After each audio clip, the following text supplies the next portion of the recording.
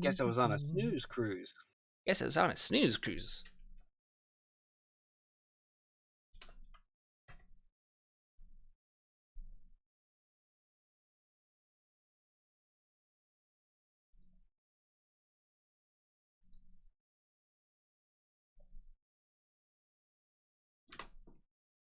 It'd probably help if I opened up Twitch. Maybe. I'm there before you. Sir? Too fast. I pursue you, Twitter. Pursue You your are creator of Infinity Plus. You're creator of Infinity Plus. I need big. Big for madam. I just need big. I need big the cat. Big cat for madam. Big cat for successful framework. I am fishing at the thought. I'm fishing at the thought. Damn, puts a whole new mission. Mission? My brain puts a whole new meaning to go fish. I am fishing at the thought. I am fishing at the thought. It's been like, what, a month? And we're still this mad. We've never not been mad. I think for like a day or two, I was kind of like, I don't know, zany. But yeah. What are you, an Animaniac now? We're zany. the Animaniacs, but they're British. Wait. Fucking Warner Bros.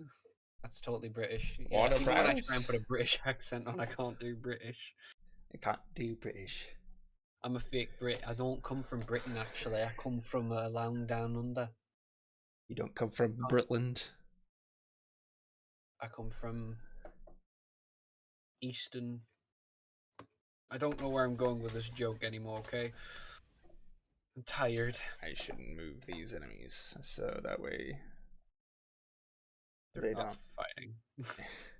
Don't spoil it, gosh. I'm not spoiling anything. Maybe they're fighting the air. Damn, who hurt you? Yeah, who hurt you? Bitch, nobody. I want to find that video again.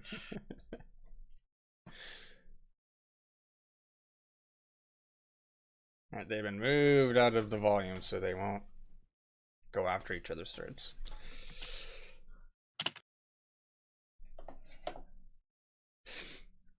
Alright, we will be talking about... I found it immediately.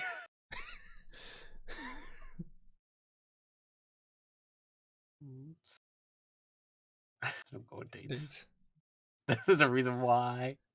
Damn, who hurt you? Who hurt you? Bitch, nobody. Nobody. Yes, That is. carry on. Let's go. That is exactly how I expect those two characters to interact. Damn, who hurt you? Bitch, nobody. Buddy. Death stream time. Death stream time. We've not done a death stream in forever.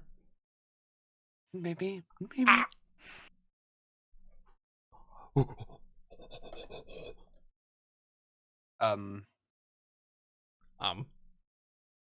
I don't know what that was about, but okay. It's monkey.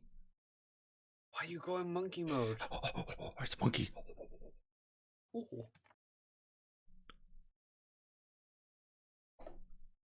Ah, water. A bottle of water. I've got my bottle of water.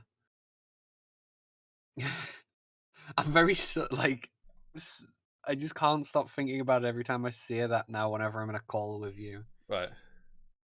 Bottle of water. Bottle of water. Like, I'm very self-conscious, subconscious. I don't know. Like, I'm just thinking of how I'm pronouncing bottle of water every time I'm in a call with you, and then it kind of just makes me do it like I didn't like the yeah. weird way. I mean, it's. I'm not making fun of you specifically or anything like that. You're making fun of me. It's just the British accent in general. Like, I mean, other British people do it too. They go bottle of water or bottle of water. It's weird. Like sometimes Bottle of water. they say water fine, but then they go like bottle. Oh my lord. Is that Emule? Who the hell is this guy? I've never heard him before. Who? Bottle of water. Oh, okay, got it. That's who. Bottle of water. Ice bottle of water. What are you doing How's it going, here? Jim? I'm doing pretty good. Thanks for asking. My name's not Jim, by the way. I said Gem. I bet Jim's on That's still stream not my name. watching. Still not my Jim. name. That's not my name. Jim. That's not my name.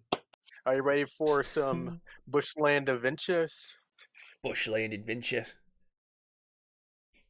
So Emmanuel broke the project in the month we were gone, and we were busy fixing it. That's why we've been gone for so long. Yeah, I'm sorry, and I kind of just been away in shame, Yeah. not talking. Of course, it would have helped if I told him how I broke it, but instead I just left and played Elden Ring Yeah, this man has been and playing watched Elden a Ring. Sonic movie. Oh yeah, we didn't talk about that, did we? That's what this stream is going to be about later on. Yeah, as soon as we're done with the dev stream part, we're going to talk about the Sonic movie. Yeah. Spoiler alert, it sucked because it has Sonic in it. That's true. Oh, well, now we can't do the stream. You just ruined it. Also, Let's wrap it up there, guys. We're doing fine, Jim. For the most part. I mean, as fine as we can, I suppose. Is Jim especially slim? Gem. Gem. Like a Chaos Emerald is a gem. I know. As in Still. Sparkle Gem. Sparkle, sparkle. Sparkle, sparkle. Oh, that's a good shit. Alright. He gets a reference, gets 10 points. Fuck yeah, Sparkle, sparkle. I get the reference. You guys keep saying all the time. That's my reference. It's the reference. Reference. I made it the fuck up. Alright. Let's see. The last time we did a stream was in the beginning of February, actually, not March. We didn't do anything throughout the entirety of February or March. Are you shitting me, really? A month and a half. Yes. We're too busy having bushland adventures.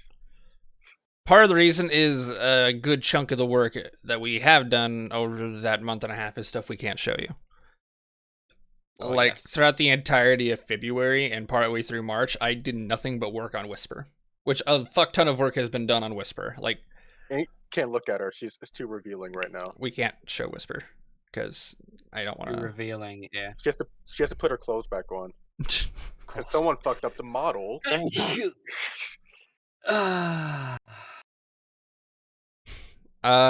We do have a push here by Emmanuel from February 17th called Silver Yoinky Sploinky. Ah, yes, the most important push. That was the push that broke everything. Silver did the Yoinky Sploinky and the fucking project exploded. How about this? Take this. Oh no, Silver's doing a Yoinky Sploinky. Silver, hit that Yoinky Sploinky, please. Silver, hit that Yoinky Sploinky, please. I like how you did it like super broken. Yeah, I mean that's how you gotta do it. Alright, let's go over a couple of things. Emmanuel, real quick. No. Your last set of pushes involved the homing attack. What all was that? Was that just cleanup or cleanup involving that new thing with the homing chain, you know? Yes, which you can show off. That's the most recent addition I put in. Why? Oh yeah, I'm looking at Reese's stream who's looking at boobs to bat. Hold on, let me switch over to the actual stream. Alright. So I guess we can go over that real quick. Hopefully it doesn't break. I spent 20 years making sure it doesn't break as easily, but it's probably gonna break regardless. That's what happens when we stream. Alright, so Let me turn this off real quick. I'll explain in a bit. I literally just can't see what's going on right now. You have so many ads. Damn. I all would of stream that- it on Discord, but I don't want to use up the resources. Yeah. But Fizz, didn't we optimize the game? That's a trick question. Trick question is no. Oof! Charles hit him in the wiener. Ah, yes. The friendly egg porn has gone into a little bit of extra testing. Yep. That's more stuff we'll talk about later. So the homing chain has been altered slightly. You can see how much damage is going to be done to a character whenever you lock onto them. You can also lock onto characters that you had previously locked onto in the chain. Usually, or previously, you were not able to do that. If you locked onto a character, you would not be able to lock onto that character again, but now you can. Yeah, before you couldn't backtrack. You can backtrack now. Yep. As long as, you know, the enemy has health to spare. Obviously, if I really wanted to, I could go back and make so that, hey, if you know, you could somehow go back and change it. Go, but that's Charles. Even more work. It's your birthday. Go, Charles. I just like how he just sneaks up behind some of these enemies and just hopes. he does the fucking... Oh, there he goes. He got a kill. Hell yeah. Kill confirmed. He's gonna get a kill streak in no time.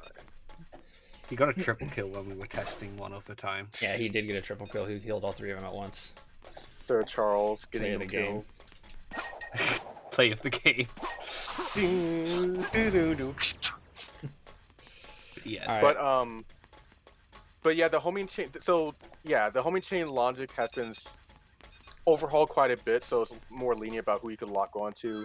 I did add a quality of life thing, which is an addition that is optional, which is that if you hold down the action button, the button that's used to initialize the homing chain, you can just hold it down for a bit and it will start automatically locking onto and focusing on enemies. So as long as you have it held down and you're looking at an enemy, it will actually try to either focus on them and add like change to them, or it will focus on a new enemy if you're looking at a new one. So Why is it going super slow? I think it's because I wasn't looking directly at him. That could be it. Yeah, like I guess because the enemies are bunched up, it makes it really hard. So you can just hold the button now, and it'll just auto queue attacks to the target you're looking at now. Yeah, and if you let go, it automatically lets Hello, fly the homing chain. But you can still put it in manually. If you just simply tap the button once, you can still look around and add targets. Like so. Yeah. It's a preference thing. Honestly, if in the future, if you want to, you can add like an options menu for it. But for now, it's just like if you continue to hold down the button, it will automatically start to home in on them. Also, hello Onyx, how are you today? Oh, hey Onyx, how's it going? I did make another change per Fizz's suggestion, which is actually was a good change. It has to do with the energy.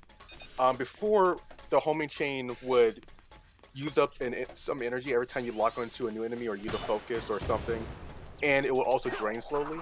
Now all it does is that it just drains slowly over a period of time, but every time you lock onto an enemy and add a chain, damn, they need to calm down and stop killing each other. Yeah, I know. But the more homing quote-unquote locks you make, the faster it will drain, Yeah. which I think strikes a neat balance. Just love watching them all like run after it. Yeah, like they're all just bunched together. It's a squad. Oh, been a bit busy. Okay, that makes sense, Onyx. A lot of us have been busy lately. That and if you're working on porting this to Unreal 5, then you're gonna have your work cut out for you. Yeah, I heard it. Well, We're compared to sorry. compared to going from like 3 to 4, for instance, I heard it's actually relatively simple compared to other possible port jobs back then. Oh yeah. Yeah, like going from 4 to 5 is not the hard compared to other ports you could do from like 3 to 4, for instance. Still, still a lot of work. 4.24 to 4.26, because when we did that, everything fucking broke. Because they changed how the engine worked a little bit under the hood in between 24 Was that and the one 26.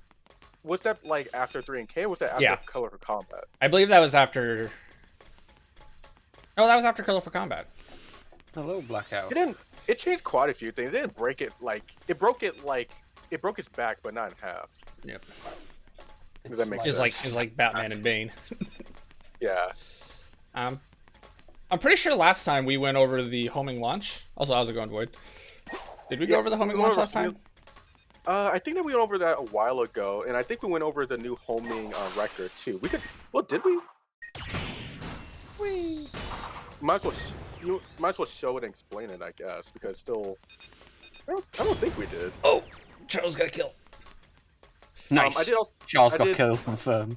I did also make sure that the homing chain, the homing record in general, you can't get damage while doing any of the homing attacks. Yeah. At least not by touch damage, because before, I don't know, it's just like, you know, the Onyx. game is finicky. Yeah. See when we get back on. Okay. Damn. I always do that too late. So, yeah, homing attack stuff. Yeah. The homing Oof. record. I think I'm pretty sure we showed that off. I'm pretty sure we did too. Yeah. One thing I know that we've not shown off before, because I think this is a recent change you made. I don't know when you did this, but it's really cool, We and I haven't done keep it all. playing. You keep playing with this. Well, I keep playing with this ever since it's been made, but you can curve your homing attacks now. Oh yeah, that. I I need to update that more, actually. didn't know when you did this. Like, I had no idea you had done this at some point, but you can manually curve your homing attacks, and it's actually like one of the coolest things ever. It's actually, the reason I didn't tell you is because it's unintentional, technically. Like, I just made it, I just changed It's the algorithm for the homing unintentional. attack. Yeah. I like that. It's a feature. It's unintentional, but it's way cool. Way past cool. Yeah. So while charging a homing attack, you can hold a direction, and after the homing attack is completely charged and you release, Sonic will curve the homing attack. Yeah. And the reason why it does that is because the homing attack now, instead of interpreting you directly towards the enemy, it actually just changes your velocity.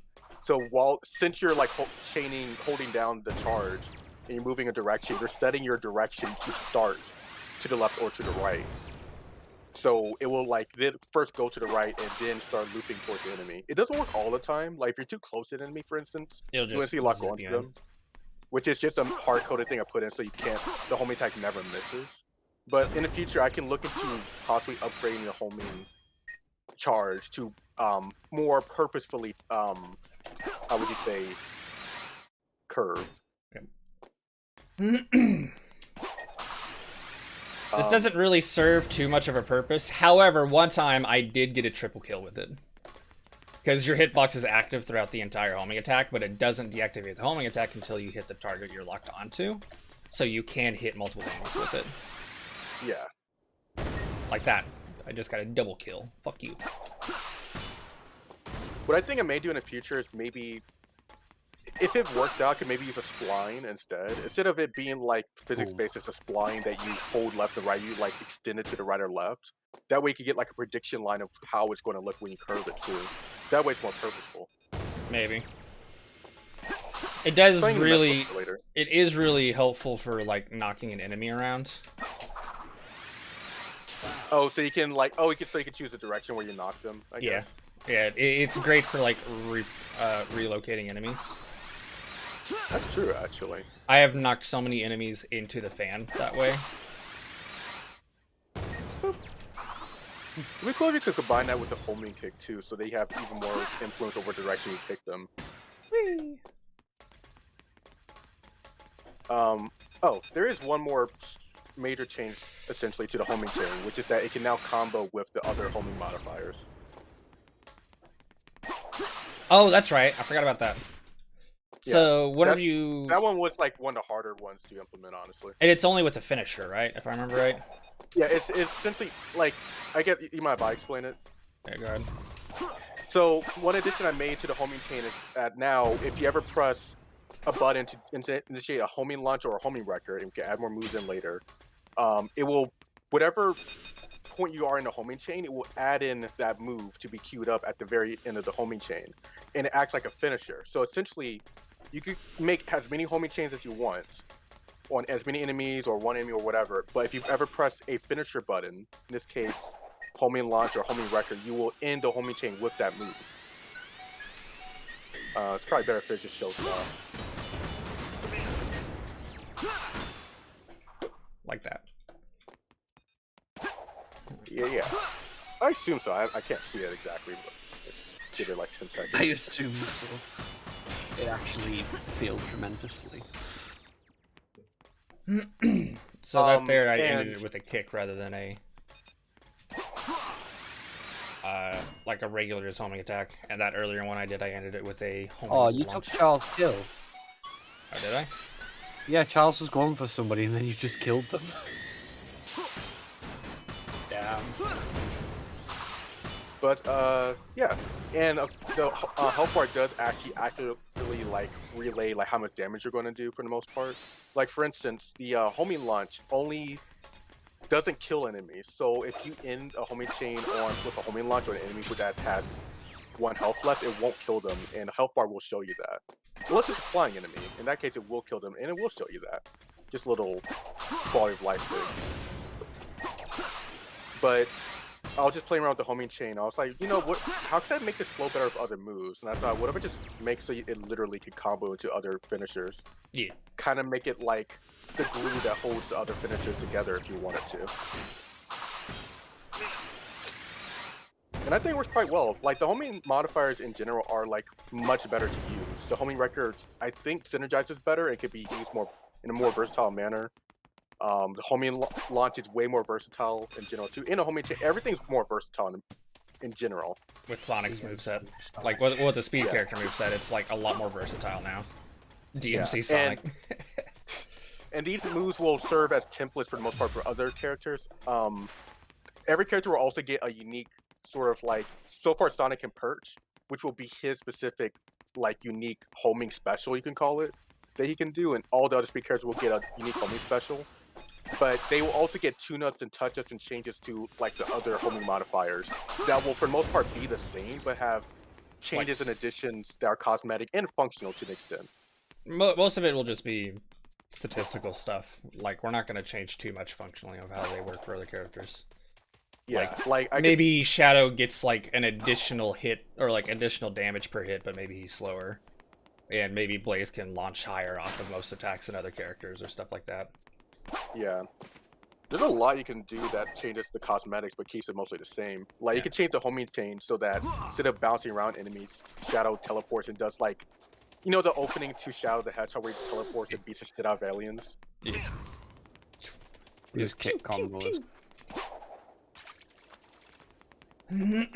Yep. Is there anything else of major note with Sonic Combat, or can we move on? Yeah, we can move on. Everything else was just touches up and stuff. Reese changed... I guess... What? I'm sorry, I'm just letting you know, just, I did also, like, update the code itself to be more readable and optimize it a bit more, so it should be better to look at. I'm not 100% done with it, but it's like, it's pretty much there. Yeah. On to mine. Reese has updated the supersonic particles. The supersonic material and hypersonic material. I mean, hypersonic hasn't increased as much, but supersonic has been toned down. As you can see there, the left side was the original, and the right side is the new super particle. I did this like way back in February. But we It's never like, really it's like showed it a off. Fresnel. Yeah, That's true. Is it a Fresnel change or is it a Fresnel. it's more of a Fresnel, a Fresnel change. Fresno. Really good, actually. Fresno. Is this a Fresno change? Did you change his Frappuccino? It looks really good. Yep. Yeah, I darkened the inside. The outside is as light as it has been before, but I darkened the inside so now you can actually see the contrast. Ooh, In that the Yeah, car. I think that worked. And it does look a lot better. What the hell's going on with that knee? The knee? Dang, this model is Oh, his I legs. see when you're crouching. Yeah, don't worry. supersonic. It's the LODs. That's what's going on. The Hmm the Supersonic. supersonic model will get updated because I want to Somebody add in the new support channel is going to animations. call you out on that. It's like, wait a Supersonic's second, you cool. told He us what does. those are. Yeah.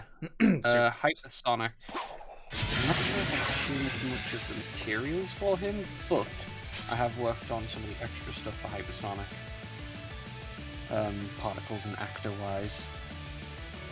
I still don't like the change you made to his muzzles. Okay, yes. So the change that I What are you did talking is I've masked out all of the skin on Supersonic so it doesn't change colour like the rest of the body, because before it went to a really ugly yellow colour that I didn't like. It just sometimes it made him look like he was ill, and I didn't like it. So I masked out that area, so now it doesn't change colour. It's just the skin tone all the time, and Fizz doesn't like it. I prefer how it was. I liked it whenever we would change colors. I mean, yeah, when it So turned what- yellow, it looked weird, but it didn't stay yellow the whole time, and it would change through other colors. And personally, I liked it because it fit the aesthetic. I don't like it. Yeah.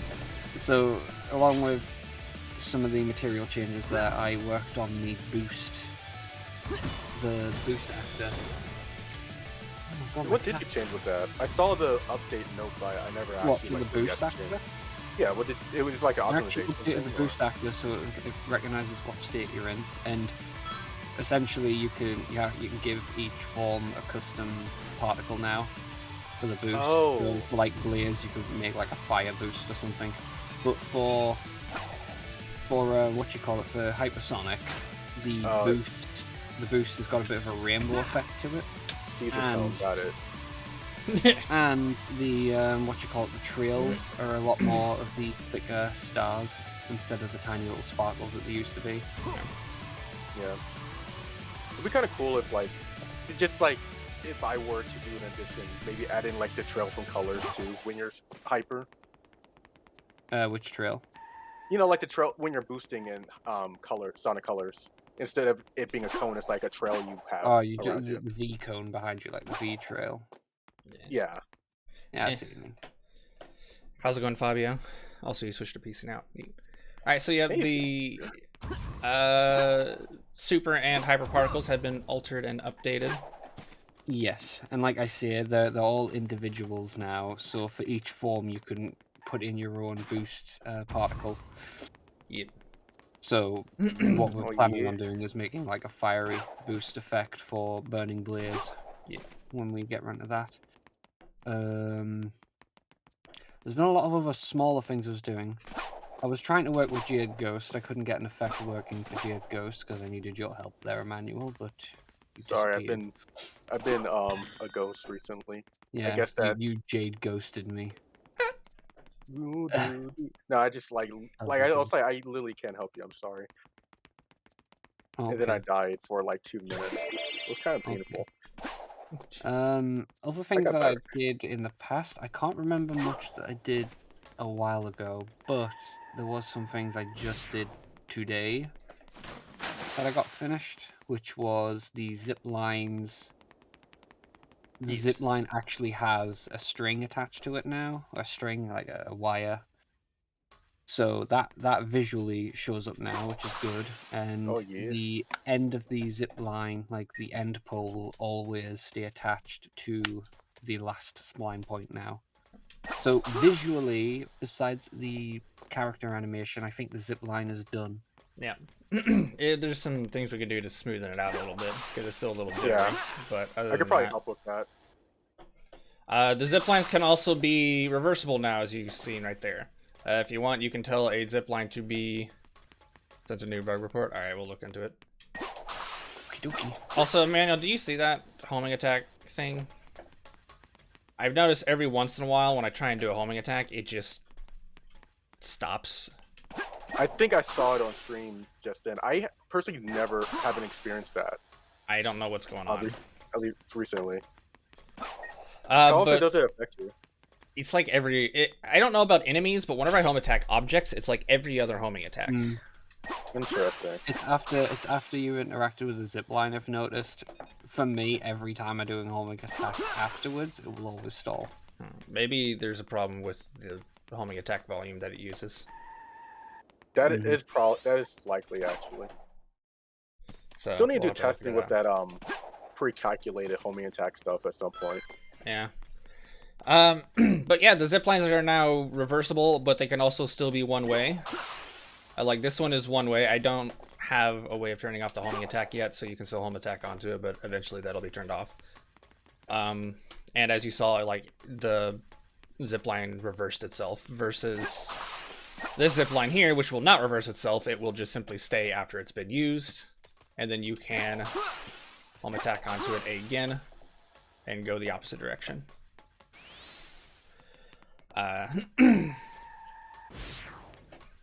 In terms of like stage objects, we also now have a fan, which I've shown off before in the Discord.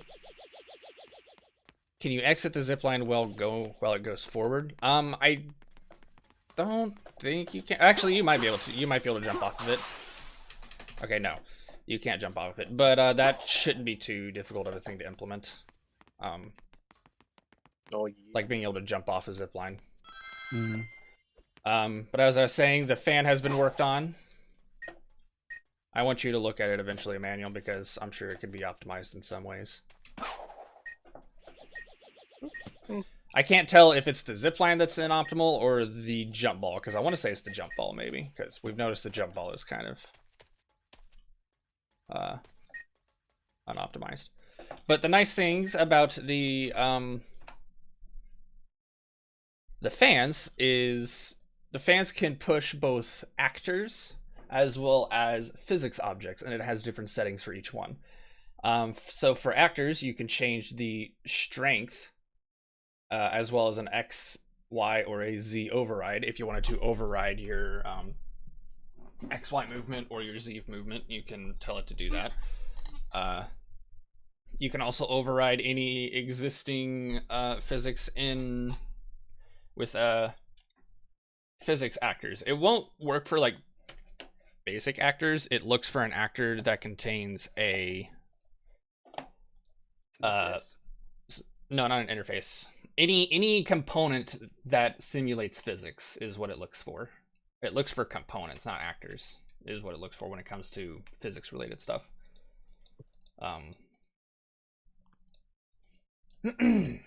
So what you can do here, let's copy and duplicate it. You can rotate it as well, and it works pretty fine rotated. So like if you wanted to like make a fan barrier or whatever like that, you can do so. And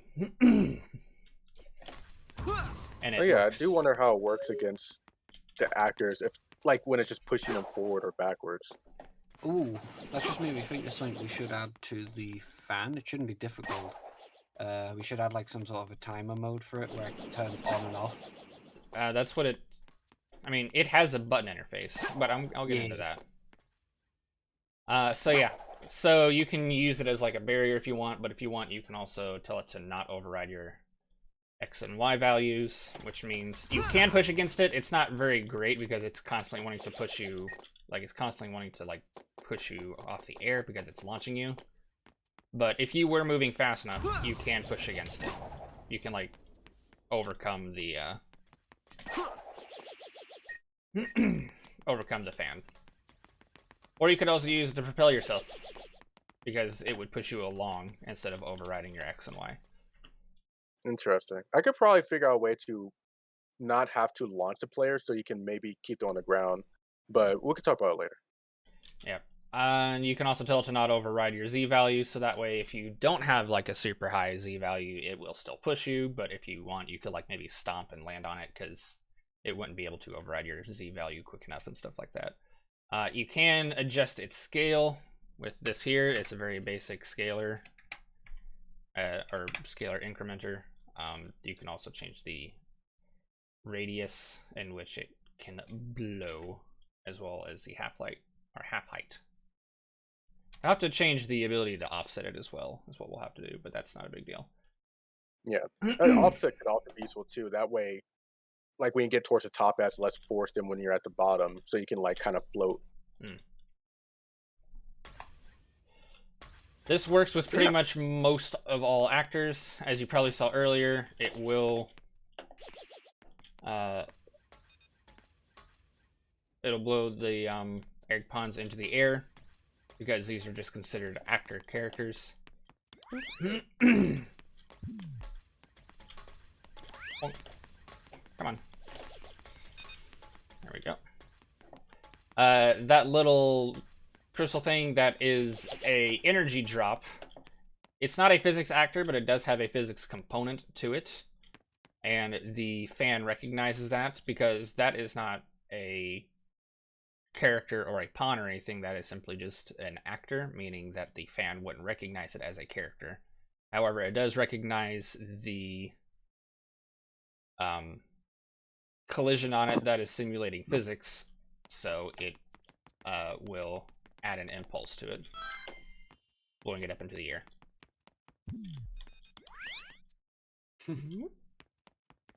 Yeah, it's good fun. Oh, This is a good way to like lock these enemies so they can't do anything. Yep.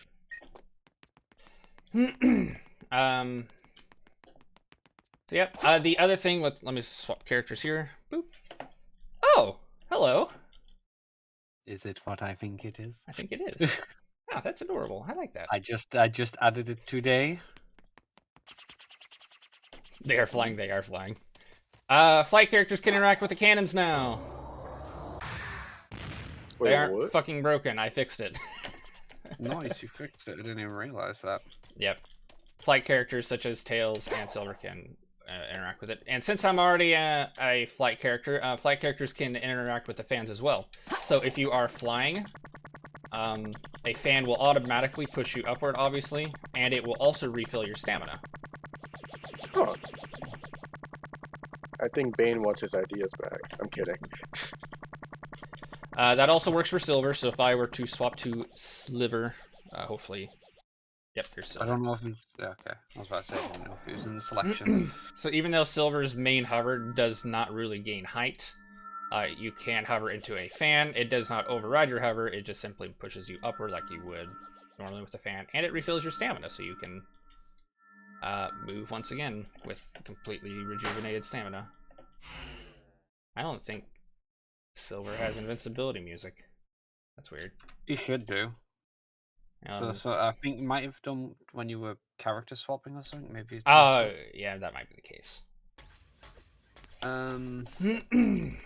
That is interesting though for Silver. That means you can make some cool levels, or something like a puzzle level with Silver, where you have to use the fans to get around without falling down or something. Silver flying particles looks like... Yeah, I think we showed this off before in the last stream, but we can show it off again. Silver's particles and his, like his aura has been altered. Yeah, that was a long time ago. Yeah, it was a lot of work, but we got Fresnel. I got it right that time. Looking nice Fresno. along with some particle. Fresno. We got his French working. I updated his animation so everything's more wavy as well. Yeah. Whenever he's got his aura activated. He's more wibbly wobbly, timey wimey. Silver is British. It's a little less blinding. It used to be like super blinding as well, but not anymore. It also has like a new running animation, which we showed off last time, but... So that's pretty neat. Another object-related thing, just recently, I have made a change to the water volume. This is a change that a lot of people wanted a long time ago, and we've been meaning to add. It's just it was never a priority. So, whenever you run along a water volume, unless you are boosting as a speed character, it will gradually increase your friction until you slow down to the point where you will fall through the water. Unless you are boosting, of course, in which case you can infinitely boost across water. As long as you have boost. Does it interact when you're rolling too? Yes, it does. Although...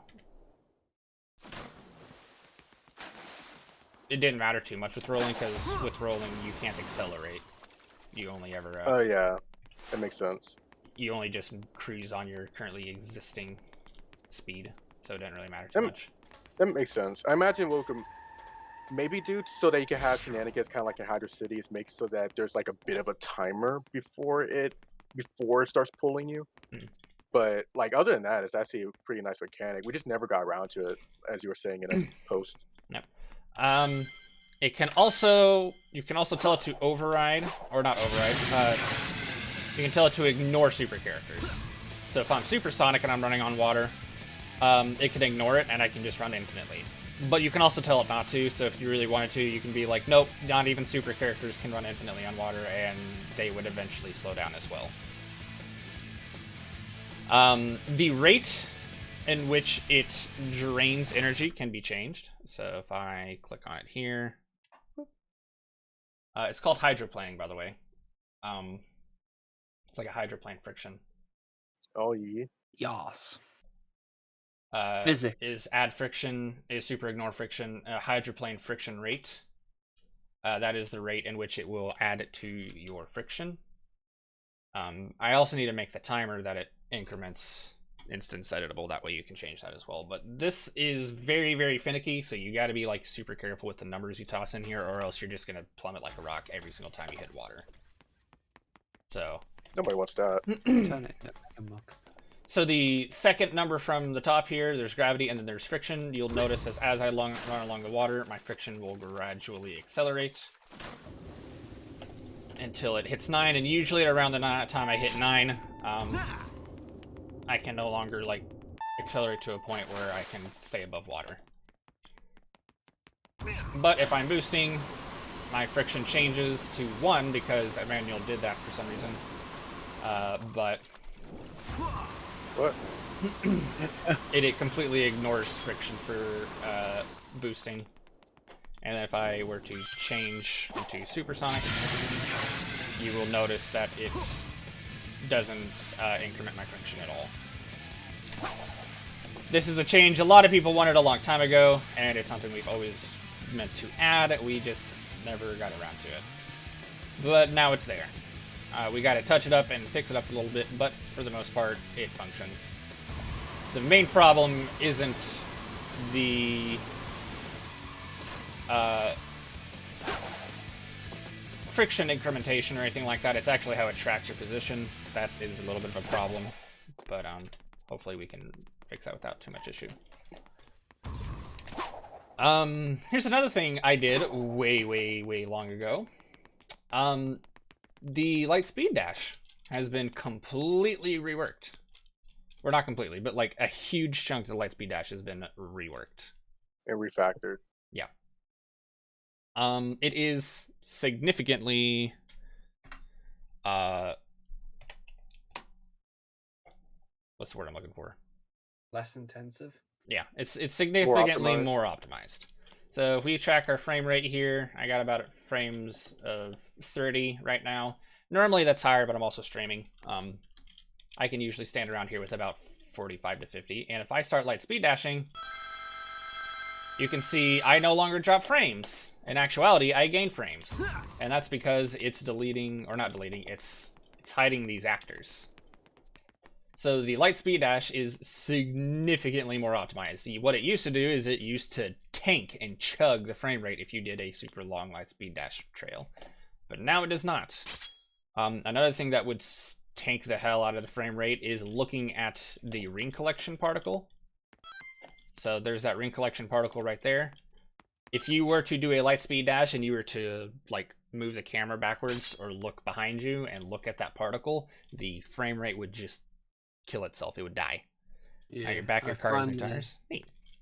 Hello, Onyx. I finally got round to changing the particles to Niagara particles, and I also chopped down the effects a little bit, so they were less intensive to begin with. Yeah. So they were pretty unoptimized particles in the first place. Like even before they were updated in Niagara, they were pretty unoptimized.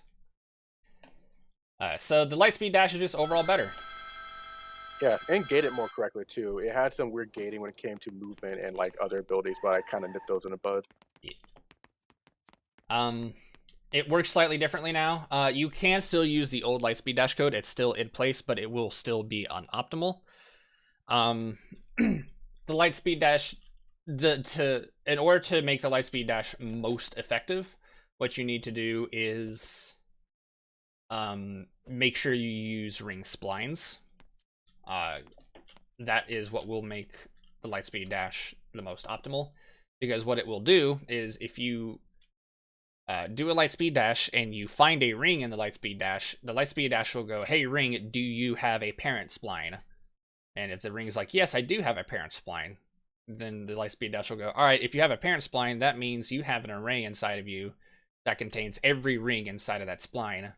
Let me copy it, and then it copies that array, and then depending on which direction you were facing to the spline, it will either increment the array up or increment the array down and move your location along that array, which is significantly easier than what it used to do. What it used to do is it would go, hey, do I see a ring? Okay, let me check the entire world for another ring, find out which one is closest, and see if I can move to it.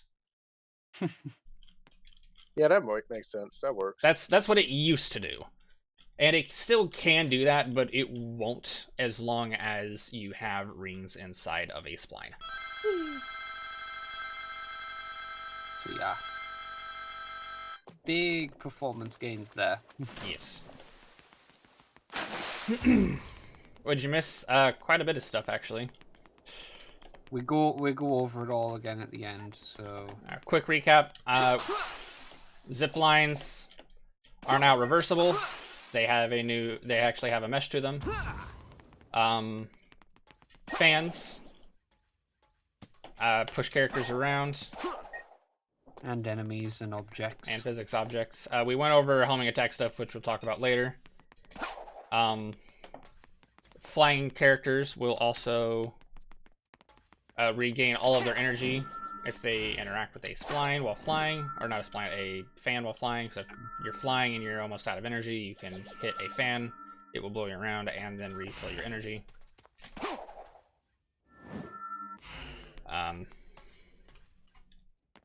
Oh yeah, Tails has goggles now apparently.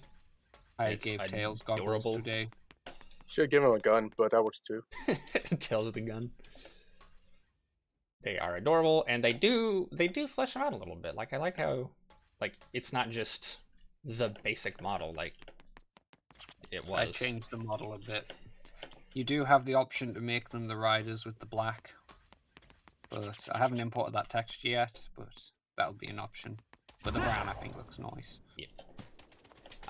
Let's see here. Oh, and water volumes add friction if you're running on them without boosting. I can't. They will eventually that's slow right. you down. Yeah, they will eventually slow you down. You can tell them to ignore friction if you are supersonic or in a super form. Also, speaking of super, changed materials for super, so it's a lot darker. In fact, to be honest, it looks more like yours now, Onyx. Which, granted, I did this stuff in like February. Wasn't copying. Yeah, this was done back in February. We just never showed it off. Tails with a gun would be cursed. Oh, we will be returning to Tails with a gun. We're not going to say why, but we will be returning to Tails with a gun. With a lawsuit. Supersonic particles, obviously, and the color. Also, the boost particle has been updated. Yeah. It's a little hard to see with the motion blur, but it does look pretty cool. Each character form can have a different boost particle as well. You can assign individually. Yeah. All right. So to move on to other things, you've probably seen this thing here a lot. As I run past it. Particle. Sorry, 1 second, because I just saw it. That boost particle that was on Supersonic was meant to be for Hyper. For some reason, it keeps showing up on Super. I need to figure out that problem.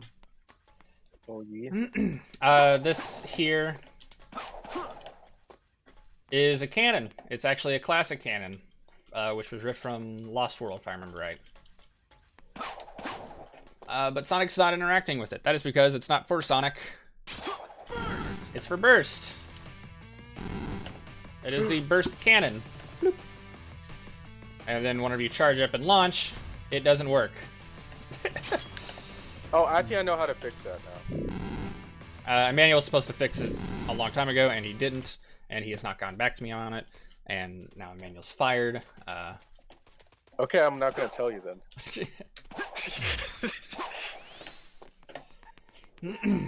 He's dead to me, essentially.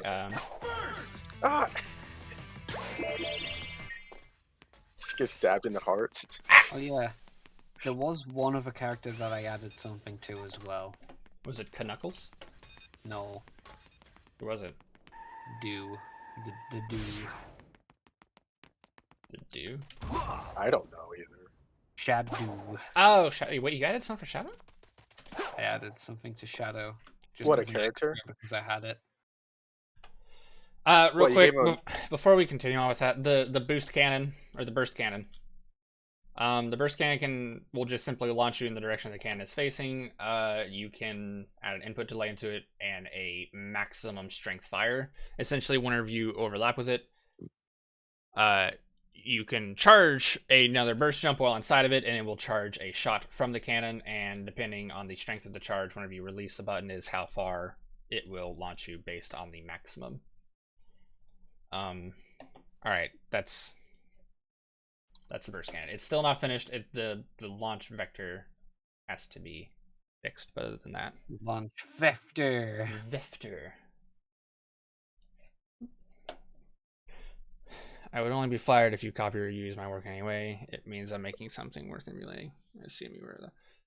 I mean, it almost looks the same, so I mean, it's Stuff was pretty good. cool.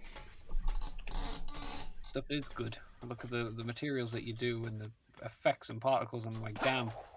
Oh my Only god. I did them. Oh, neat. Yeah, I had them lying around, so I just tossed them on as well today. I'm a little shit. I love how his glasses are Oh, Chaos Emeralds. they are? They are the shape like Chaos Emeralds. But yeah, I had them lying around. I was like, everybody else is getting goggles and shit. I'll just throw them on. No, Then again, we don't have anything for Blaze though, because Blaze doesn't have any. that might make us some specs. Yeah, Blaze doesn't have anything default in Riders because she wears a jumpsuit. That's her Riders aesthetic. She wears a jumpsuit, and it's the weirdest fucking thing. We ain't adding a jumpsuit version. Shadow basketball. Shadow basketball. Shadow chaos bowling. Chaos Bone. Yeah, there's some glasses thrown in for people there. Shadow's glasses if people want them. Fuck, now I want to play in a basketball game. No. I won't. Alright. No, all you gotta do, Emmanuel, is just make a volume, so if you jump through it, you score a point. There you go. Oh. So, moving on. You've probably noticed these gun mechs here. They're kind of just chilling. They don't seem too interested in attacking me. Whoop. If I walk in here, oh look at all these gun enemies. They sure are friendly. They're not attacking me. They're very friendly, aren't they? However, let's see what happens whenever I put these two boyos. Let's see, where's this at? I put these two guys. Let's put them right here.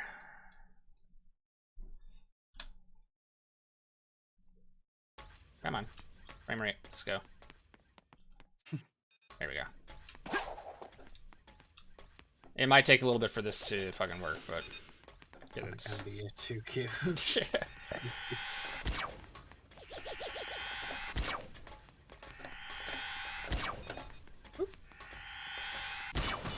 Oh no, he killed Charles!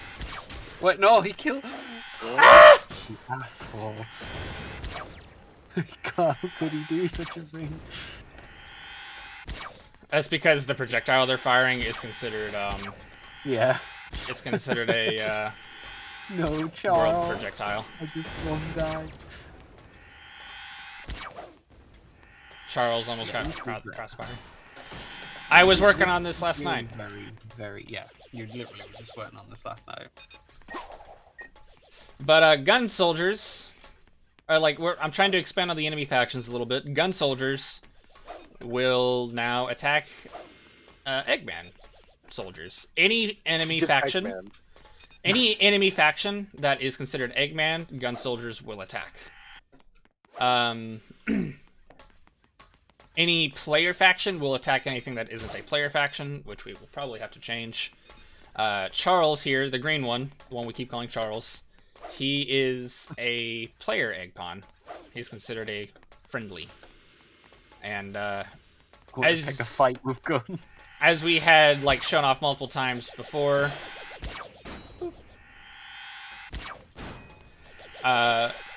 before we moved in these gun soldiers here, Charles was running around chasing the other egg pawns and killing them. Where'd that red one go? Oh, he's up there.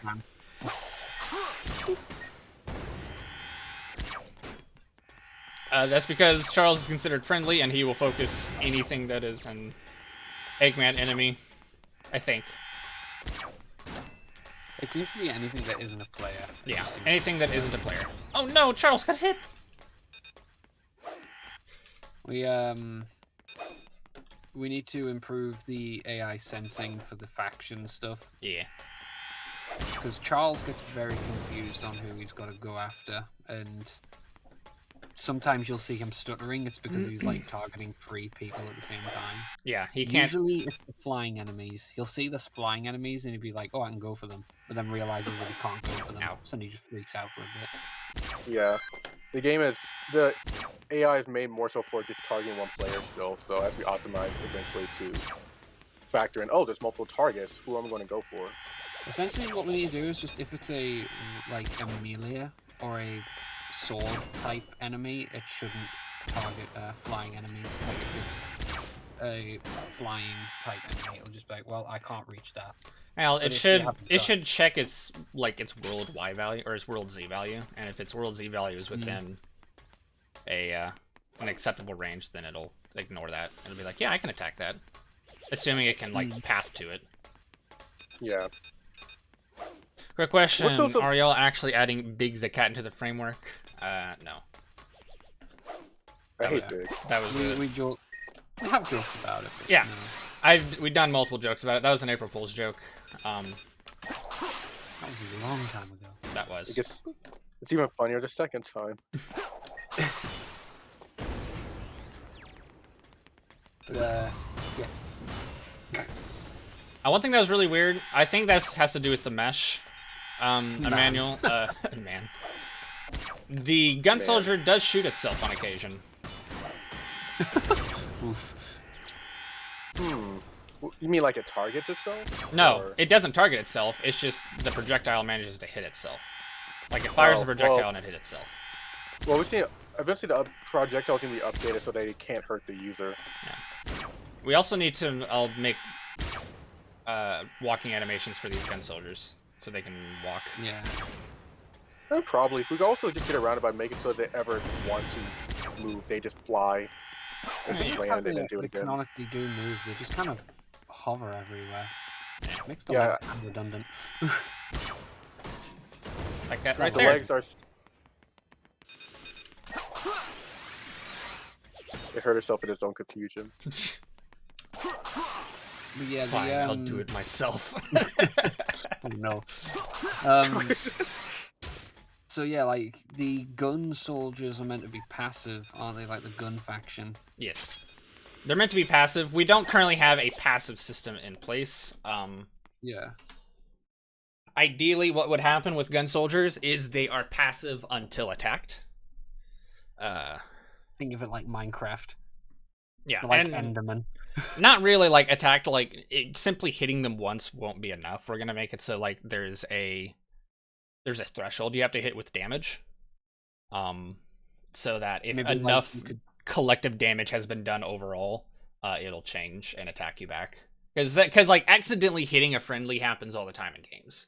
Hitting a friendly once and then them automatically just turning on you is so bullshit. It's really annoying in a lot of different games. We'll go over the curved homing attack again. It's really cool. I love it.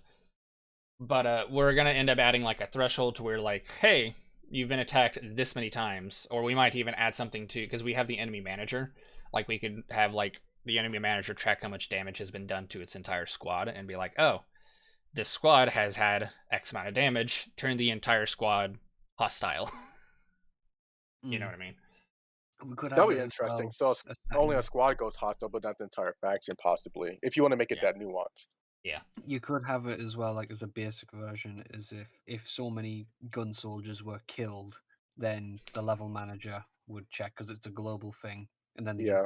entire faction would turn. Yeah. So like I don't know, you'd have to kill 5 or 6. Or like Gun say like you soldiers. killed like an entire squad, like or you could like track squads Yeah. or something like that.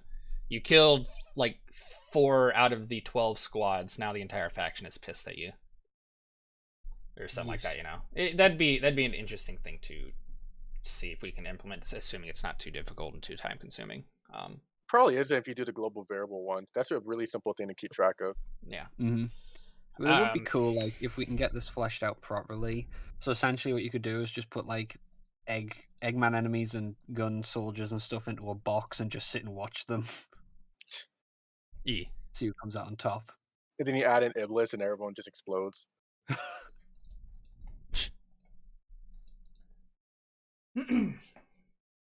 All right. What else can we go over? Let's see. More whisper stuff. No whisper. No more whisper. No whisper.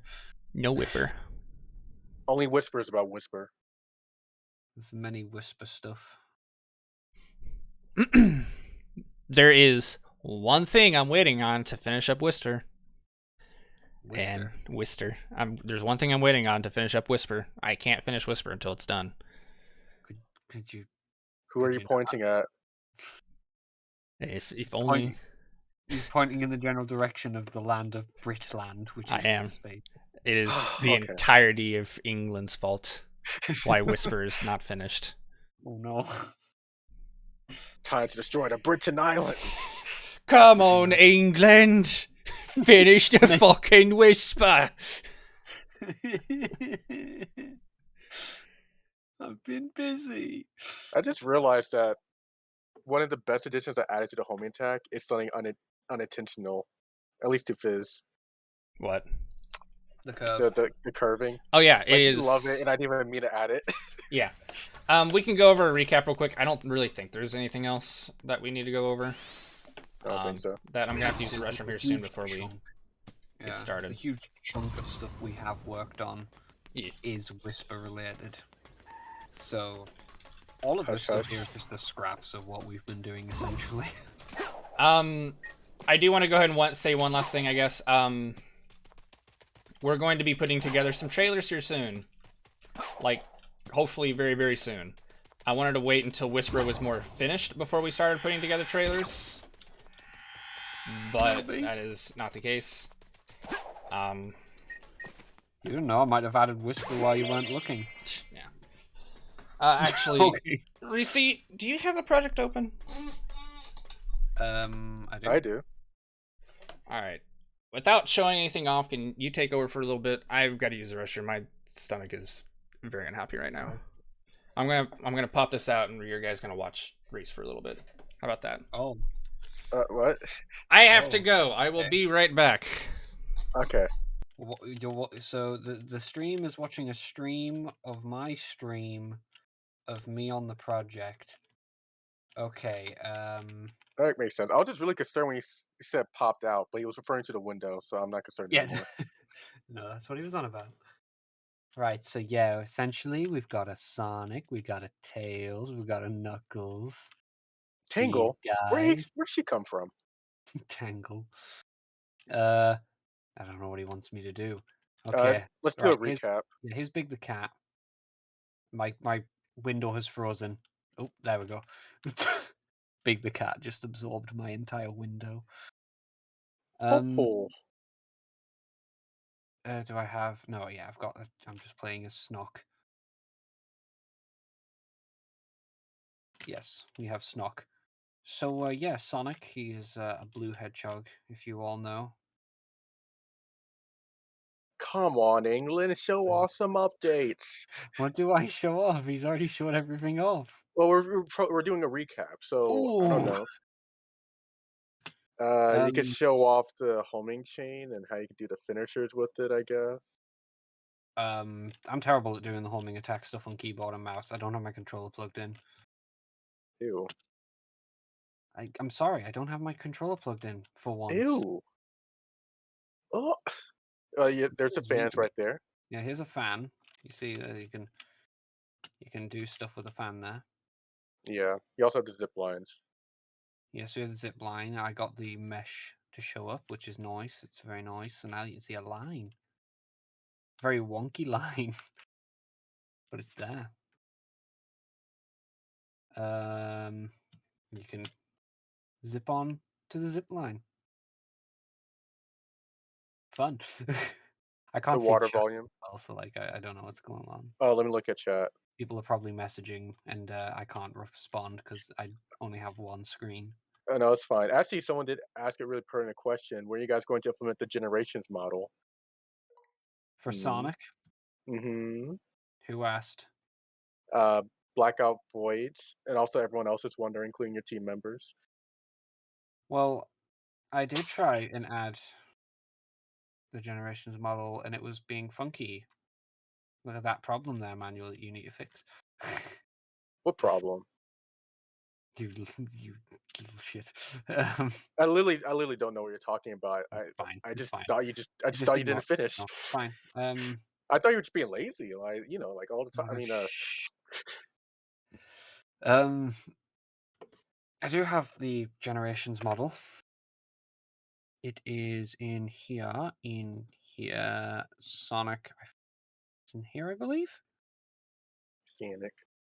I think, yeah, this is all of the generations model. Isn't it amazing? Yeah, dude, just slap Um, that shit in there. no, there is actually like the proper generation stuff. There's like all of these new animations that Sonic can have, which is going to be great because there's quite a lot of stuff that we can use, Pretty repurpose for good. different things. Like we have the proper start animation stuff as well, and also with the new Sonic mesh, he's got both mouths now, so we can do the whole mouth switching thing. Yeah, there's just a couple small problems with the mesh that I completely forgot to fix. So it should. I think that's all I need to do. I just need to fix this little problem with the mesh, where the polygons are messed up, and visually the mesh should be done. Then And then it just needs to be implemented into the it's just ABB. me going over everything and implementing it properly. Yeah, there's a whole bunch of extra animations, loads of trick animations. There is a huge array of trick animations. Yeah, because they had to make two, one for when you're in 2D, one for when you're in 3D, and like multiple versions of each, I think. Yeah, we also have like these water idols. I guess we're just underneath water. Man, that's a lot of H2O. Oh, man, that's really a lot of H2O. He's Oh, breathing. He's breathing a lot for being underwater. But yeah. Oh yeah. So like also we have like the pulley animations that we were needing. So we can get all that implemented as well. where'd you to pull those animations from, huh? But on. Right. Ha! Don't tell Hilarious. Reese and Emmanuel that I'm back. But yeah. Don't So tell them zipline animations. Don't tell them I said weenie. And Pee pee poo we poo. have the pull swing animation, which is here. Oh, I'm back. Oh, he's alive. I am. I was just going over how we have the generations model sitting and waiting to be Implemented. Neat. Which I will get to. I'm getting to. Just need to fix the models very slightly. Alrighty. Big the cat. Alright. I don't know how to get that out of. Alright. I'm just gonna close that pop out. That's how you stop the thing. You just close the pop out. That's stupid. Alrighty. We're back. Oh, okay. He's Let's back. see.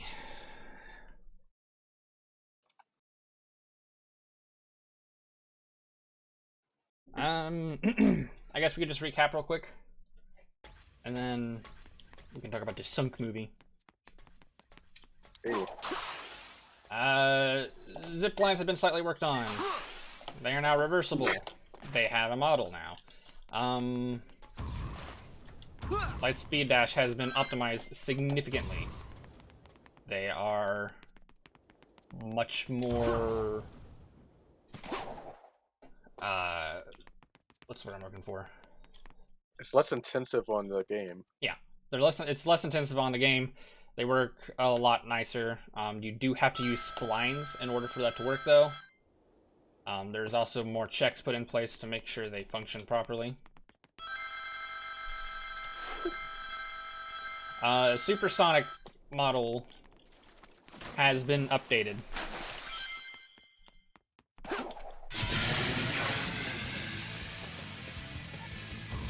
It now looks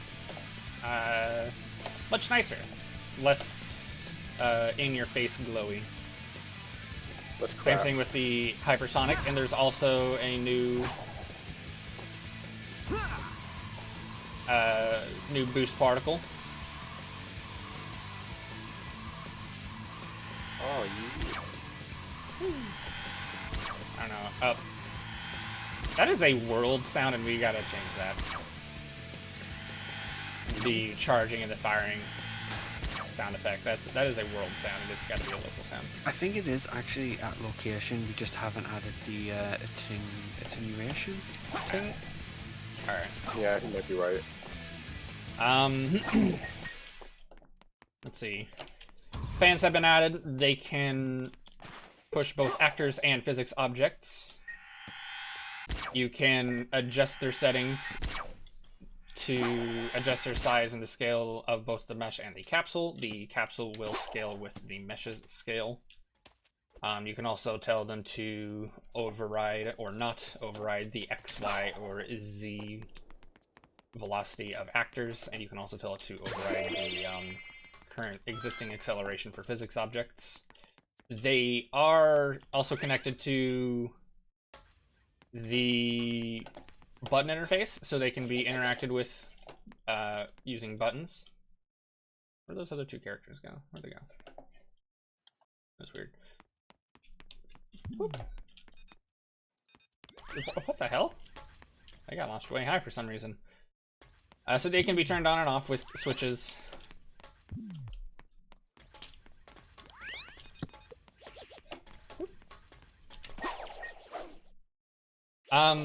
Enemy factions now are a little bit more fleshed out. They can attack each other now. Not finished, but it is a lot better. Gun soldiers will no longer attack the player. We're planning on changing that to be more of a, like a bit more of an expanded system, like maybe after so many attacks, a certain faction might change on you or something like that. Flight characters have been fixed and can now interact with cannons properly. That was a bug, but it is no longer a bug. I feel like, oh yeah, the water volume now has a hydroplane friction system in place now. Oh my god. Unless you are in a super form or boosting, the water volumes will now gradually increase your friction until you fall through them. However, you start boosting, the friction will stop changing, or if you change into a super form, it will also stop changing your friction. But again, that is also all optional. So here.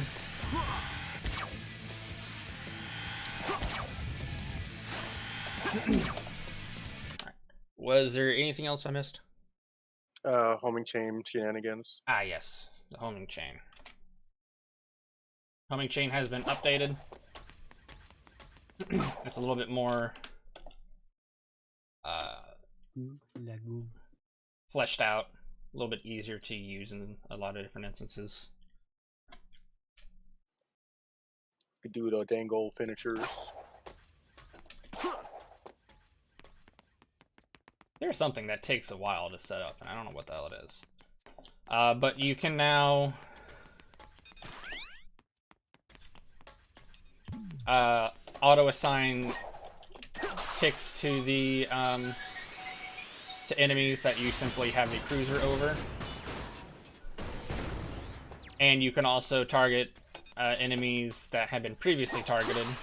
So if I target that enemy, then I can target that enemy, that one, and then back to that one again. You can also add a finisher move to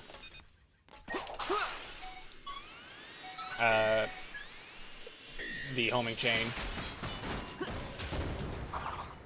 That way you can, like, end the homing chain with a different type of speed character move, such as the homing launch or the homing wrecker. Oh, yeah.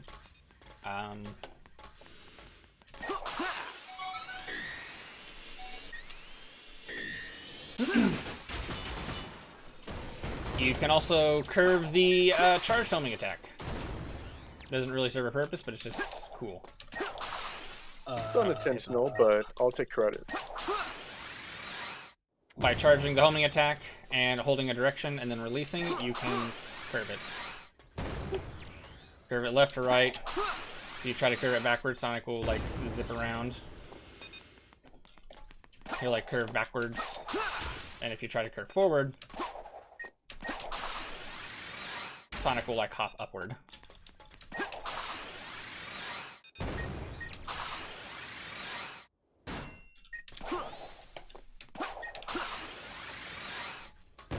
Very interesting, very fun to use. Probably the single best thing I added to the project, apparently. I'm not seeing. What? I don't think I have any mods installed, but I'm on Sonic Generations because I was just wanting to test something out, like try like remember something.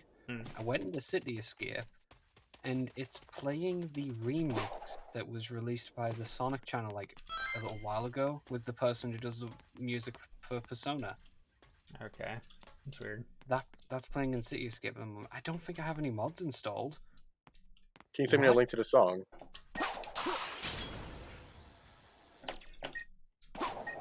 Link to the song. It's on the Sonic YouTube channel. There is one other thing. I added this not last night, but 2 nights ago. There is now a basic interaction volume for all characters. Oh yeah, I was meaning to ask what it does. It is a basic interaction volume for all characters. Okay, never mind. I'll let you explain it. I mean, that's what it is. It's a volume that interacts with the characters. In what way does it do their homework? All right, so it's not complete yet, and I wanted to talk to you about it, Manuel, because you could probably help flesh it out a little bit. Essentially, this volume is one of those like background hidden smoke and mirror kind of game development trick actors. It's something the player will most likely interact with and never know that they interacted with it. Essentially what this does is upon overlapping with it, you can essentially tell the character to just do something. I've got a lot of basic stuff here. You can change what type of volume it is. You can change it from a box to a sphere to a capsule. You can also tell it to be hidden in game, and you can change it the extent, radius, half height, and capsule radius. Currently, right now, what this one does is it simply stops movement. You overlap with it, and it will just completely stop your movement. Interesting. You can also tell it to launch your character. You can tell it to launch your character with X, Y, or Z override. You can tell it to change your velocity by either setting your velocity, adding or multiplying your velocity. adding or multiplying your up vector, your right vector, or your forward vector. You can set the velocity that you want it to have. You can set a modifier which will be added to, which can be added to or multiplied to your currently existing velocity, or it can be multiplied to your vectors. And you can also use a vector change to specify the launch strength.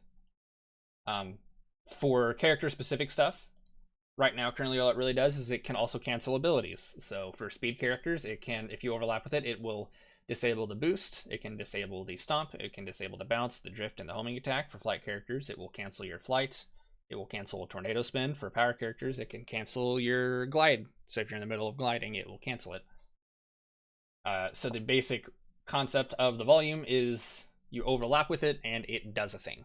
Like that's basically it. And it's very basic interactable things like setting your velocity, launching in a specific direction,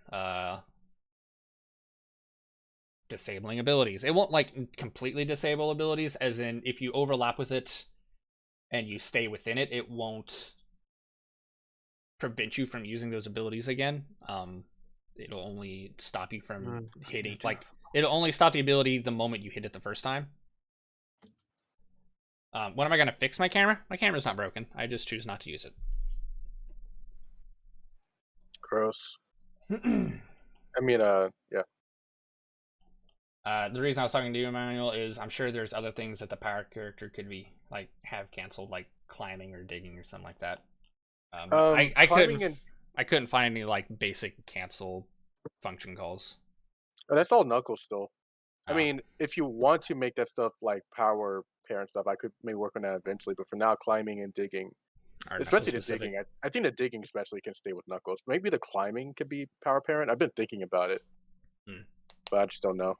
It'll be worth it right now. Yeah. I do have mods installed. Okay. So yeah, that is the purpose of this volume. It's basically just a basic interaction volume, as it is called. Like, do you see why I call it basic interaction volume now, Emmanuel? Yeah, I think I know a way to maybe make it a bit more robust in like a bit more manual way, so that it can so that technically, if you set it up right, you can make so that it can do almost anything. The basic gist of it is maybe you can have a custom quote unquote interaction, and all it will be is like a string you type in, and it will send it directly to whatever overacts with it. And then, like, say you want something specific with Sonic, where it's like if you interact with it, Sonic, specifically Flosses, I don't know. So what you would do is that you will type in a string inside the interaction volume, just called floss, and it'll send that along. And like for everybody else, they'll have like in their code, it'll say it's just looking for a specific string or text. And since it just sees floss, it's like, oh, okay, I don't know what to do with it. But Sonic will see it, and it will go to a custom event that will make them floss, and everyone will hate it. But that's just an example of how you can maybe make it a bit more robust in like I love your examples. hacky way. We'll see. I love my examples too, Reese. Thank you. But yeah, that's what we're doing on the dev stream. I don't know. I don't think there's anything else that we really need to talk about. That's on the where dev we're stream. at with the project. Yeah. Besides Whisper stuff that we are still not showing off. It's not like we haven't been doing anything, because if you saw what we're doing with Whisper, you'd be like, hell yeah, that's a lot of stuff being done. But and then I'd be like, yeah, and then I'd be like, get back to work. But the work was so hard. But Fizz, can it be Goku? Yes. We're adding Goku. Oh yeah. So yeah, is there anything else you guys want to add? Hi. Whisper is Whipper. cool. Whisper is very cool. I'm loving how Whisper's coming out. Yeah, because we gave her those ice powers that make her cool. Oh shit, I was supposed to say that. Damn it, we gave her elemental abilities. Oh, shit. Damn, not here. Damn. She has a gun that turns into Ice Cap Zone, and then Michael Jackson and sees Lava Reef. Oh shit.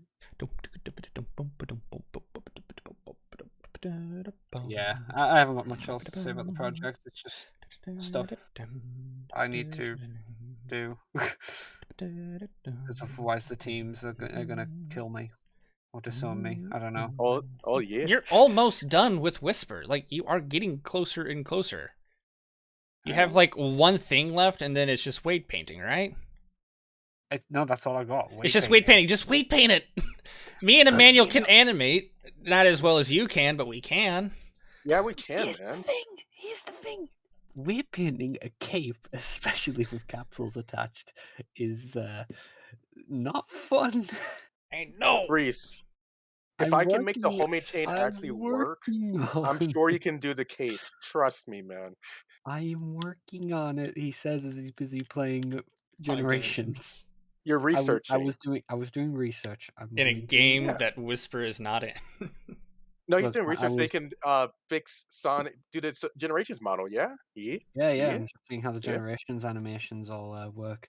But I was So- just seeing if the gun soldiers had custom shooting noises, and they do. Oh, they So I do? need to find those. Yeah, I need to find those in Ooh. my files. So, Fizz, when we stab Reese, should the excuse be that he didn't do the Sonic model, or Whisper, or just tea drinking on a job? Like, which one? Drinking on the job.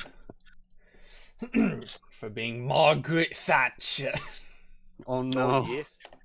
No, Is that definitely about Crow. right? Oh yes, one thing, Emmanuel, real quick. I need to make this instance editable. Well, no, I don't actually. I have created a basic with the new projectile you created. I created a basic enemy parent projectile because they were still using the old projectile. Yeah, I haven't gotten around to that, but yeah. I created a basic enemy parent projectile that we can just create children of, and there's a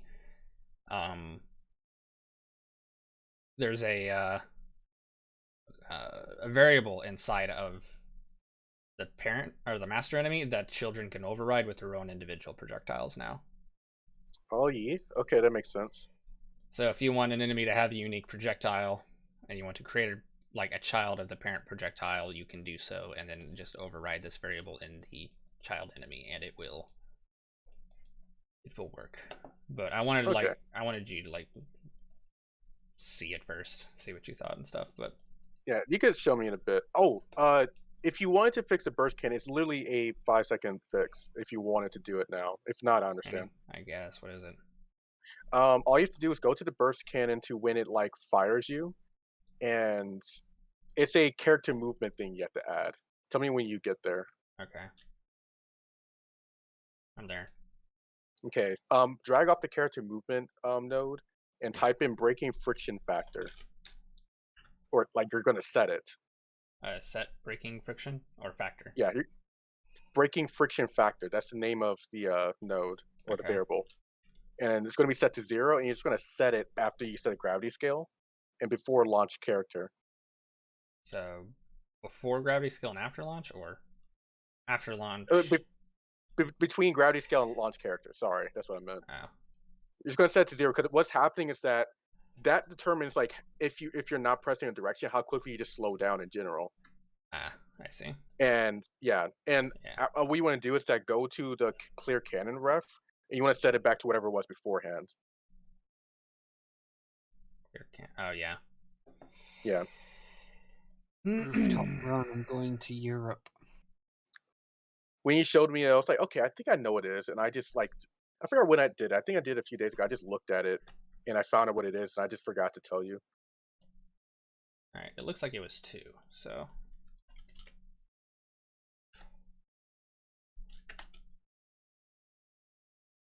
Long ago in a distant land. It was 2. There were 2.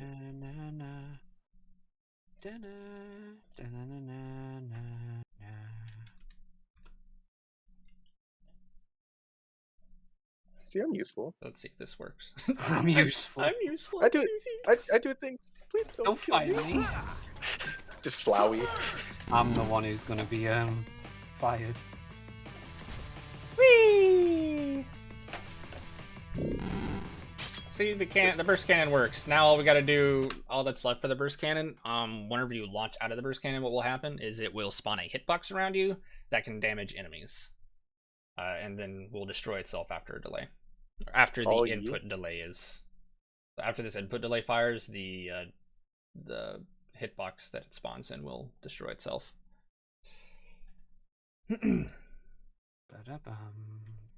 So... Now that works. See? Live coding. Live coding. Live coding. Instead of live slug reaction. Live reaction to Emmanuel's code. Oh! That's a Margaret Thatcher moment right there. That's a genuine Wensleydale moment right there.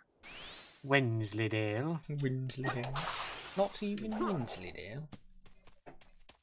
Just a certified Bendigo I'm moment right 27 there. seconds ahead of my previous time. Let's go. Here's some tech for you. This is completely random, but have you ever heard of Rick and Morty Bushland Adventures? I think so.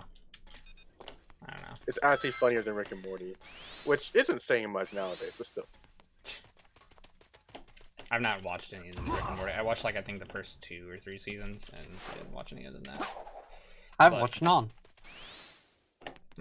I would still recommend, in a vacuum, watching Rick and Morty Bushland Adventure because it's just funny for it. It's like watching Top Gear. Or Bottom Gear. Amazing school. Oh my god. Why are you like this? For some reason, going into sorry. full screen mode just kills everything. Oh, yeah.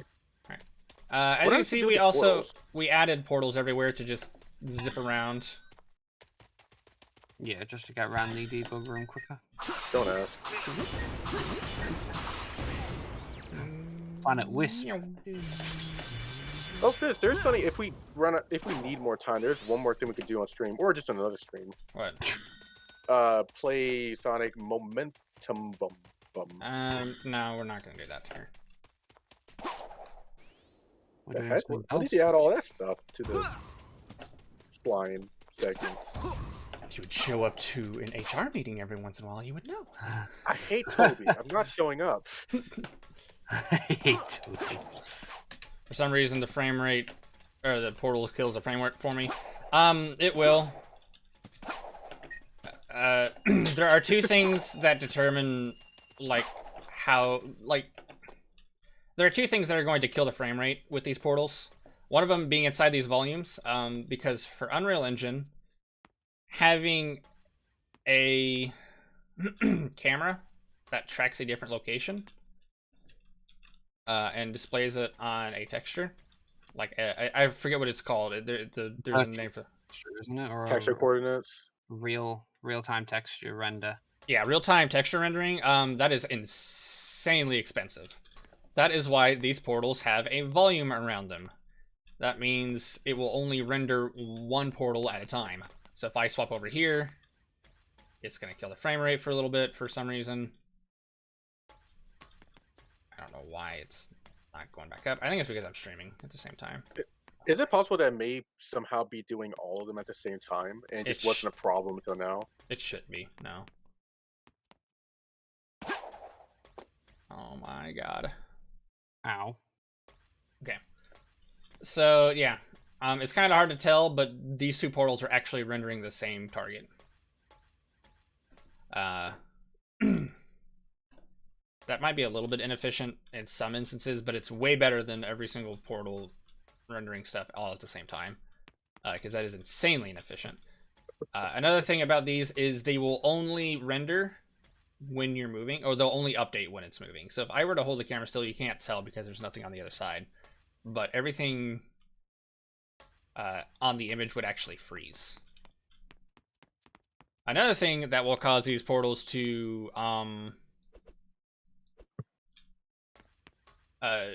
tank the frame rate is if you stick a portal inside of a different level volume. Like the frame rate tanked a little bit because I jumped into a completely different level volume. Yeah, it's more of an issue when you're... Sorry, continue. Yeah, so if I walk out here, you see that entire level disappeared. which is why whenever I look through that portal, you don't see anything, is because the level doesn't exist. And then I walk through here, and bam, it's all loaded in. But that's mostly just to do with this level. If you were to use these more optimally, like, you got to be very, very specific and very, very careful with how you use these, or else it is going to cause a lot of lag. Like, a lot of lag. It's not the button I want to press. I did want to bring up that, specifically with the level volume stuff, that is more of an issue when you're playing like the editor version of Unreal versus when you're actually like when you package a build. When you package a build, it actually optimizes it way more, so that because all the stuttering you see when you go between level volumes, that's pretty much non-existent when you actually package a build. These are supposed to be. Oh, I think I tested around with this.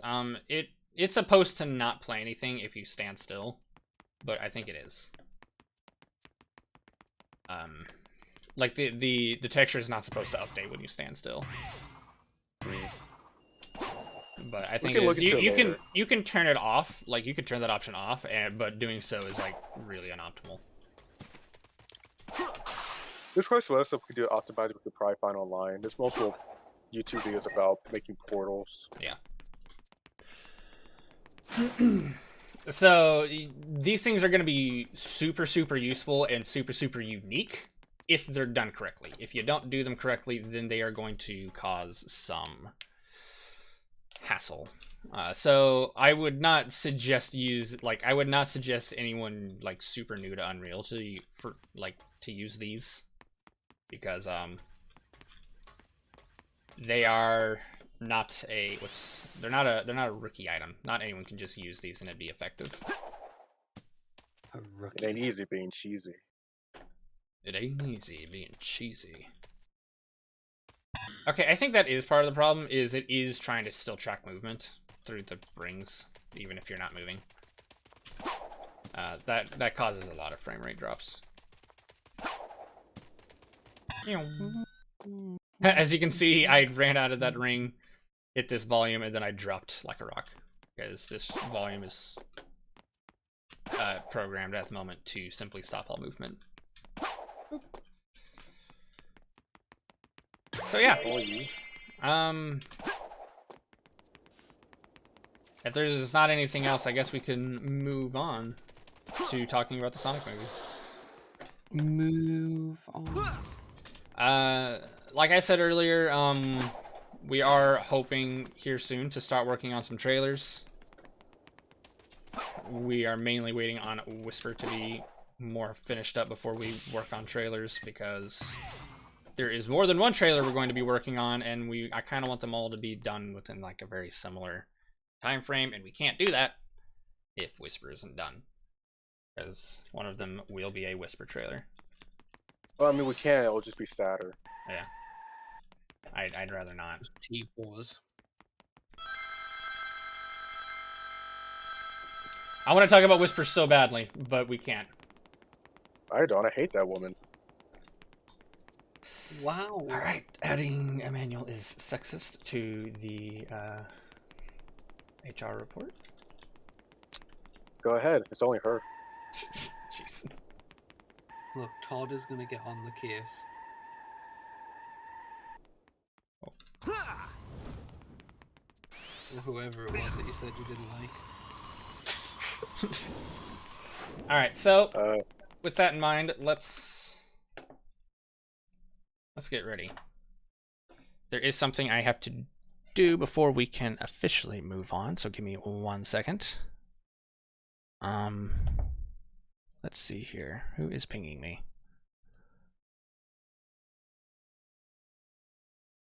Pinging? It's your biggest fan. I don't know who all is still watching on the stream. For future reference, if you want to ask a question about something going on in stream, ask it on stream. I don't really keep up with Discord while I'm in the middle of stream. I prefer to focus solely on what we're trying to do on stream. So if you have a question, ask it while on stream. Like on Twitch, not on Discord.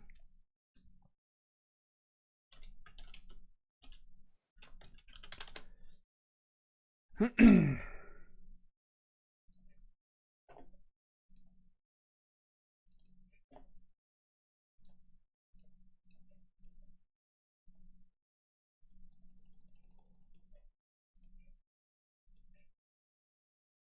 god damn it. Like, how do I just get this to fucking...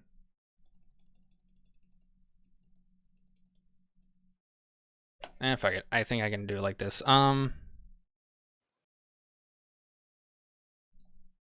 Please, Emmanuel.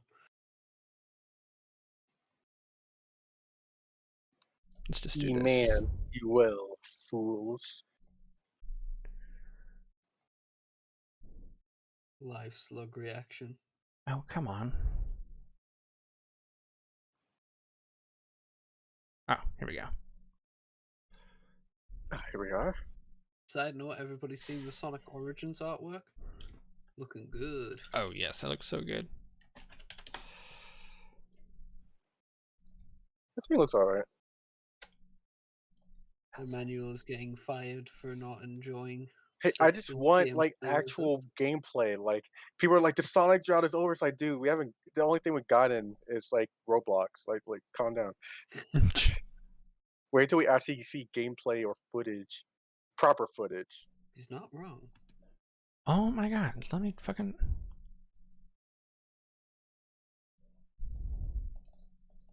Why is this like this? I fucking hate this sometimes. Am I not able to... Pretty high. I don't know why it's not letting me do this shit.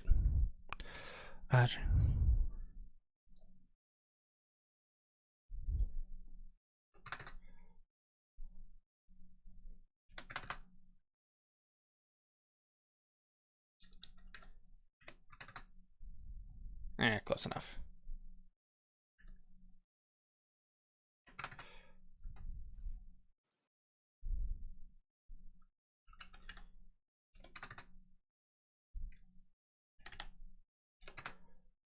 It's funnier this way. All right, we're gonna do this.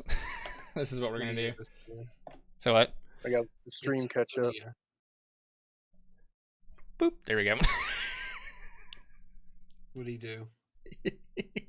Let me guess. I think I know the guess before it's about to happen. Yep.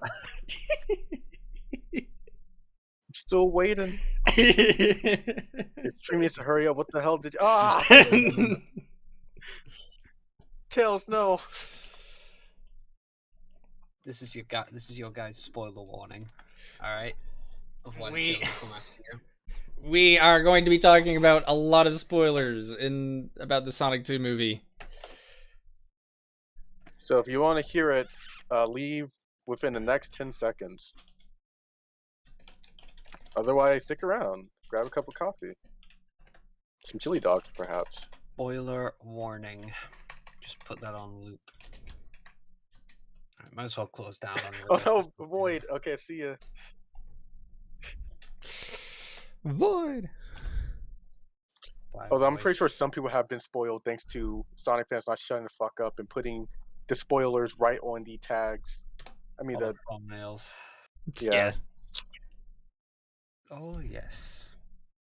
Oh yeah. So anyway, I thought Kirby Forgotten Lands was pretty good. You know, DDD's new theme goes really hard. They'd have a nice new sexy boss too. That's all I really need. Oh, it's also in 3D, but I don't really care. You know, Kirby do the flip flopping around and shit, and doing the sucking. That's all I need. So I gotta give it a Kerbo out of Kerbo. It's pretty good. Okay, sorry. Let's actually talk about an animation that was made. So the new Terminal Montage Street Fighter video is pretty good. Ryu being the low kicks and stuff, and that's all I really need. All right. Anyway, now okay, you're good now. That's enough. So the Sonic 2 movie, huh? How many times have you guys seen it? I've only seen it once. So have a good evening, Twice. Void. Yeah, I've only seen it once as well. I wanted to watch it more than once, but I was gonna watch it with a friend. I was gonna watch it with a friend last Tuesday, but he had to work due to the fact that one of my other managers called out, so he had to cover for him. So we did not get a chance to watch it second time. But I did watch it very first day.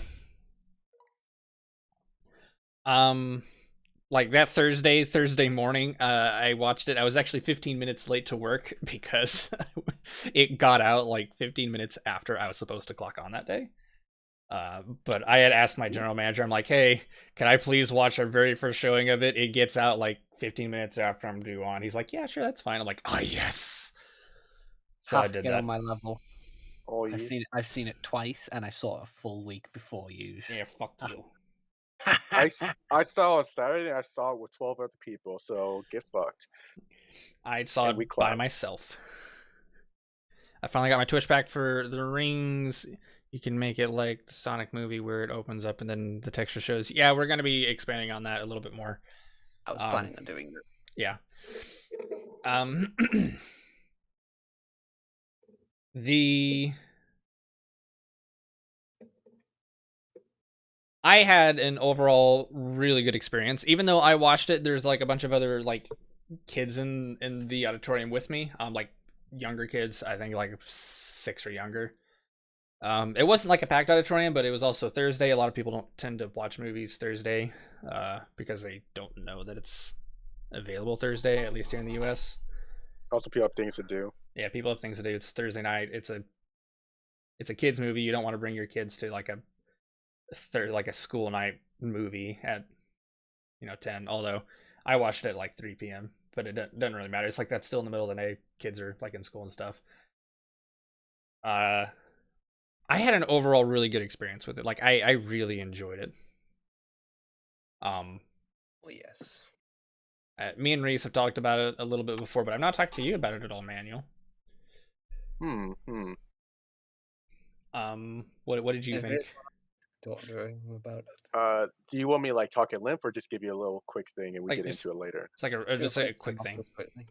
I think it's probably a different movie experience, but I liked it. I didn't enjoy it, at least on the first viewing, as much as the first one personally. Although I thought I enjoyed it. I just thought I personally didn't enjoy it as much as the first one. And when I look back at it, there are some things I do think it didn't do as well as the first one, and kind of show the sort of show the flaws with the Sonic movies in general. Like not crippling flaws, but kind of like just like things we notice. But overall, I had a good time. I did enjoy it. I like seeing all the stuff, and I'm excited for the third one and the series I think they're making too. They're planning I on don't know. making a Knuckles series. Was it what they said or something, or is it just a tweet they made at some point? But like, they were saying they want to make a cinematic universe. I don't know. So I remember somebody mentioning that. I think they were interested in making a Smash Bros movie. Yeah, Jeff Fowler said he wanted to make a Smash Bros movie, I think, and I'm just like, Yeah. what? How did that even Do work? Do it. Mario movie's coming out. Now we just need So couple of Sonic like IPs. it sounded like the Iron Man, and like Mario will be the Yeah, Captain America. Yo. So like, okay, I really enjoyed it. I enjoyed it way more than the first one in my first experience. Rewatching the first one back, like I've seen the first movie at least like 6-7 times now. I still enjoy it every single time I watch it. The only time I have ever like the only thing I don't really care too much about it is I'll skip chunks of the bar scene, but I think a lot of people probably do that. I don't. I don't skip Fair. the end of the bar scene, that the Quicksilver speedy zoom around, gag. I really like those gags. I think they're really funny. And they're also a very unique gag that you can really only do with like either time manipulation or speed related fictional characters in movies. So I always enjoy it. I was kind of Or over the head. I was a little bit sad that the second movie didn't have a gag like that, but you know what? It's not that big of a deal. They did do a scene similar to it. Yeah. There at the snowboarding section, but I'm not like, we'll get into that later. I overall I just enjoyed it a lot more because I kind of agree with a lot of what other people say. I think it's a better Sonic movie. The first one was a good movie in general, but I think this one's a better Sonic movie. That doesn't mean that this movie is perfect. I think there are some minor flaws with it, but that's just more from a critical perspective and not from like, a fan perspective. if that Oh, makes yeah. sense. Indeed. Oh no, yeah. I get you. I get you.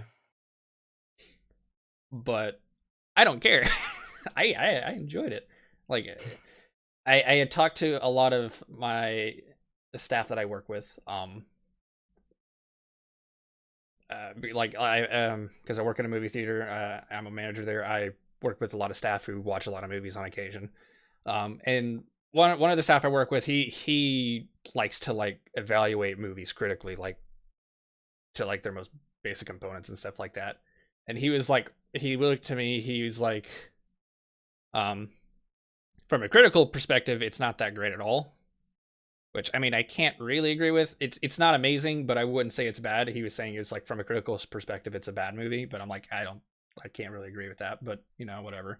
But he was like, he could tell that wasn't the point of the movie. It wasn't meant to be like some critical masterpiece. It was meant to be an enjoyable, fun time with fictional video game characters, and I think it achieved that. Yeah, I think a movie can be enjoyable and objectively bad. Yeah. Surprisingly enough. I don't think it's objectively bad. There are things it could do better, but I wouldn't necessarily say that the movie's objectively bad by any means. Yeah. There might be a few things here and there that the first movie does slightly better, but I think there's also a few things here and there the second movie does better. You wanted to start from the top then and start just kind of breaking it down a bit, like not super detailed, but just kind of go through it. I guess like from the beginning of the movie. Yeah, and I can also start getting my thoughts because you haven't heard from me yet, so I can start like actually telling you what I think of all the stuff that went on. Yeah. All right. Keep in mind, I did watch it like 2 weeks ago, or like just under 2 weeks ago. So I don't have the freshest of memory when it comes to like beat for beat what happened in the movie. However, I do work at a theater. I have walked past the movie multiple times trying to do my work, so I've had some mini refreshers about things that happened here and there. Oh yeah, that's 3 weeks to fine. me. For me, technically I didn't watch part of it. Well, two parts of it. One part at the very end because I had to use the bathroom. And at the very beginning, I was actually a little bit late because I was getting popcorn, and I missed like whatever the intro was up until Robotnik was using the mushrooms to fight the alien guys. I walked in right as he was doing that part. Right as he like sent out the post to call for help. Yeah. Did anything happen before that? Because I honestly didn't bother to see it before that. It was mostly just visual gags. It was a Rube Goldblum machine? Yeah, a Rube Goldberg machine. That's it. To make coffee, I think. It wasn't well, not coffee, but like, you know, mushroom coffee. That's actually a real thing. He makes a joke about trying to make the mushrooms of the world drinkable. And they did a gag where he just does a bunch of spit takes because like it's different instances where he like made different concoctions. He's like all his failed attempts to make it drinkable. And there's like it basically just starts with like a Rube Goldberg machine of like rocks and stuff like tumbling down and knocking over mushrooms, and there's even like a little miniature Sonic rock that acts like a little ducky toy that like wheels around that gets crushed by a giant boulder. Oh yeah. And stuff like that. And then it kind of just starts with Eggman like monologuing about how long he's been there and shit like that. And his attempts to get off the world. And then, you know, he essentially sends out a beacon, gets knocked on his ass, and like a undetermined amount of time passes before the aliens show up. The aliens. And I thought, like, I actually loved that starting scene because it kind of shows how much of a genius Eggman really is. How resourceful he is. Yeah, how resourceful of a character and how much of a genius he is, because he was able to make a bunch of like deadly traps and create a massive beacon out of a single like quill from Sonic. And then he had like the forethought that if he's going to make a beacon and someone is going to come and find him, he's going to set up a bunch of traps for anyone that might be hostile and stuff like that. And it was all set up pretty effectively. And it was a pretty enjoyable experience. I really liked it. Yeah, I liked it. Like, I walked in right before that section happened. I did enjoy it. I liked... Get him, Dr. Stone. I will say... oh, yeah, that part, too. Get him, Dr. Stone. Fucking knocks him over. I mean, it was kind of weird just having those... I saw like the speedrunners thing about like the tie-in prequel comics. So I kind of Yes. knew what those weird alien guys were about, but I didn't really care. It was just kind of cool seeing Robotnik kind of like somehow kick ass using his smarts. Yeah. And of course, Jim Carrey. Some people say he's a bit overboard, but I did enjoy him in the movie, even if he did do something really cringy at the tail end of that scene. Oh yeah. Tail end of that scene. No, it was Yeah, another. It was another because scene. no, technically it's that scene. What I'm referring to, if I were to skip ahead, because eventually he takes out the mooks with his contraption, and then Knuckles pops in right when Jim Carrey's about to jump through the portal, Mhm. and Knuckles sees like the quill. And he's like, "Where did you get that?" I'm going to Bendigo. I mean, he's just like, "Where do you get that from?" And Jim, you know, I mean, it's like, "Ooh, we have a common interest. We hate this guy." Yeah. Um, I'm pretty sure it was in that scene. What? No, No, it it was in a wasn't. different scene. It was a different Yeah, scene, you're man. right. We know what we're talking about. Okay, I'm sorry. I saw He's it 2 like, weeks ago. "Where did you find that?" And Eggman's like, "A little planet called Earth," and stuff like that. You know. Uh, Knuckles Yeah. showing up, I think they did a really good job. Like he shows up in the very beginning. They didn't wait super long to reveal Knuckles. Technically, like chronologically in the movie, they reveal Knuckles before they reveal Tails. Even though Tails was revealed obviously in the post-credit scene of the first movie, they chronologically in this movie, like Knuckles shows up first, and I think it's actually very interesting. And they do a really good job with like his silhouette and the music and like the shots, like portraying how much of a fucking tank Knuckles is in this universe. Because like he Yeah. walks on screen and he immediately like just immediately takes your attention, and he's like, "I'm here to do fucking business, and you have what I need." And then like it kind of just kicks off their relationship between Eggman and Knuckles there. Yeah. We were friends. I thought we were friends. And then after that, well, actually, did you have anything you wanted to mention about that opening scene, Reese? Nothing really, to be honest. It Yeah. was neat. Like you say, it was just neat seeing what he was doing.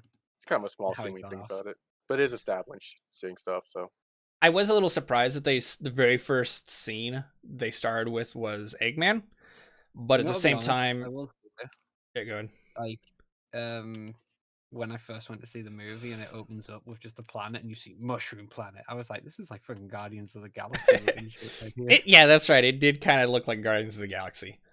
I it was would a be little. nice if they focus more on that stuff later. Continue. Oh, go ahead. I was gonna say it would be interesting if they focus because people just not spoiler, but people do say they want to see less and less of the humans, which I'm mixed about it. But it would be cool to see more of like the outlandish parts of like Sonic and like his universe and like visiting planets and other dimensions and like more cooler locales, which they started going towards in Yeah. the movie. Like they visit locations and they may expand on that future. Spoiler alert, they're probably going to go to space in the next one. So Yeah. Oh, I never Okay. sent out a tweet saying that we were doing a dev stream. oh yeah, Big move. Yeah. Oof. well. Yeah. Uh yeah, we'll talk about that more later on. That'll probably be more of a discussion for later on near the end of the movie. I was yeah, I was a little surprised that they opened up with Eggman.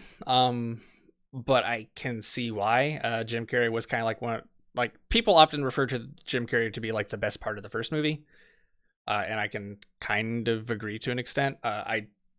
Some people were just kind of indifferent about Sonic in the first movie. I really loved Sonic in the first movie, but I can see where a lot of people were coming from with Jim Carrey stealing the show.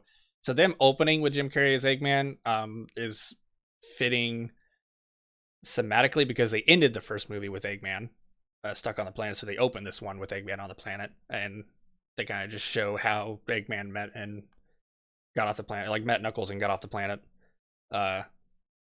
It also just like helps grab your attention because like, oh, Jim Carrey was your favorite part of the first movie. Here's the very first scene opens with Jim Carrey again in this movie.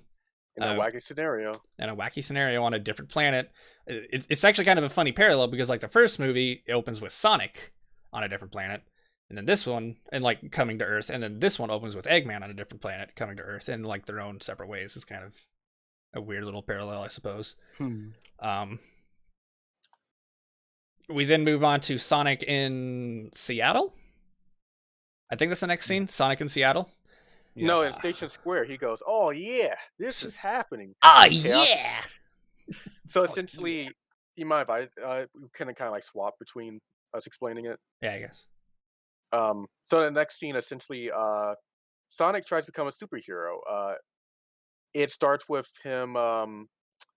There's like a bank heist going on, and they take control. Some mooks, some regular old Joes guys, take control of some armored car that has money in it.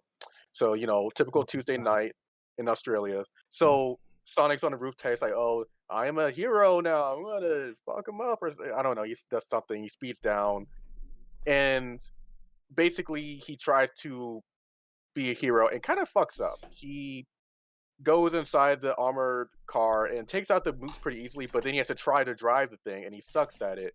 And it's funny also because there's a human in there who's like the security guard they taking hostage of. And he's like, "Dude, you suck at this." And so I'm like, "No, I got it." And he continues to Your completely negative make everything attitude worse. is not helping. What? Your negative Your attitude negative is not attitude helping. is Not how? helping. Yeah. He does say that. Personally, I thought the scene kind of took longer than it should have.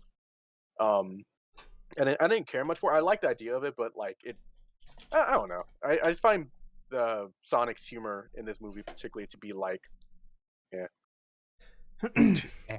Okay. Yeah, like I don't really remember a whole lot about that scene, to be honest. Despite it being like the very first action scene in the movie, I just kind of don't.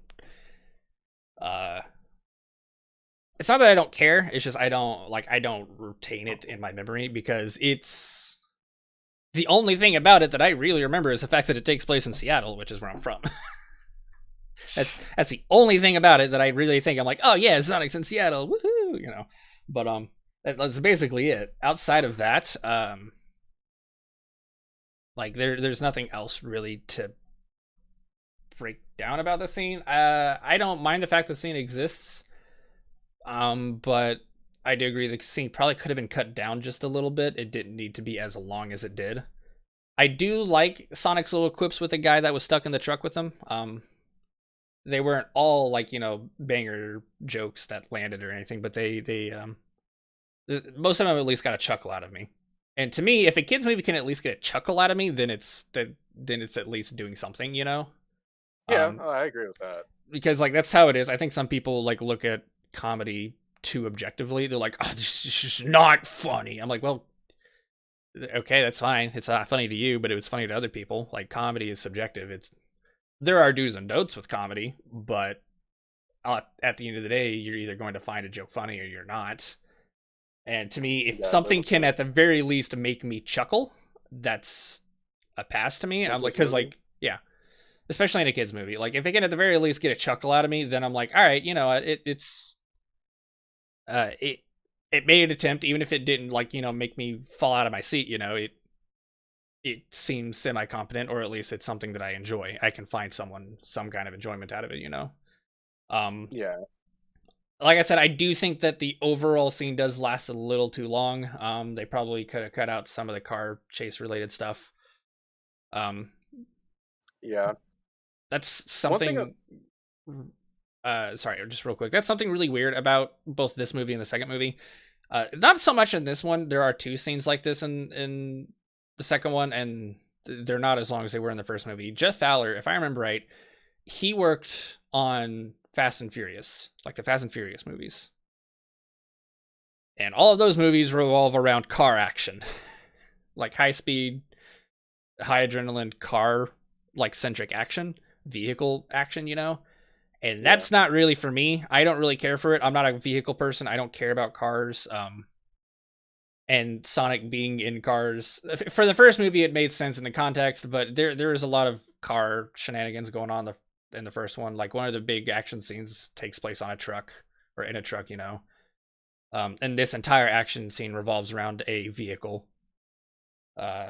So that's part of the reason why I just don't really find it entertaining. Sonic and vehicles to me just never really mixed outside of the kart racing games. Even then, Sonic Tornado.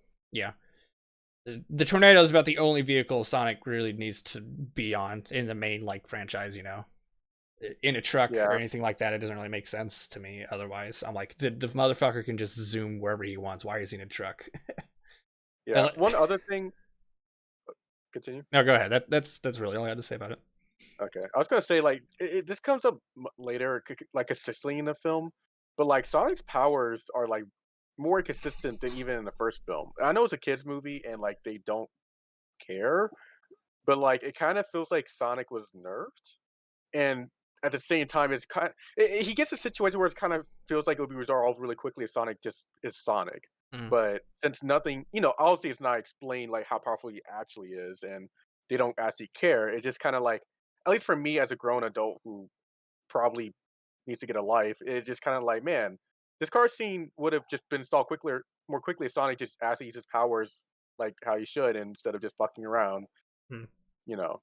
Because he at the end of the scene, he literally disassembles the entire car to make it stop. Because for some reason, it was easier to do that than to get access to the brakes and stop it properly that way, or some other thing. Mhm. And it's like if he could do that quickly, which is obviously an impressive feat.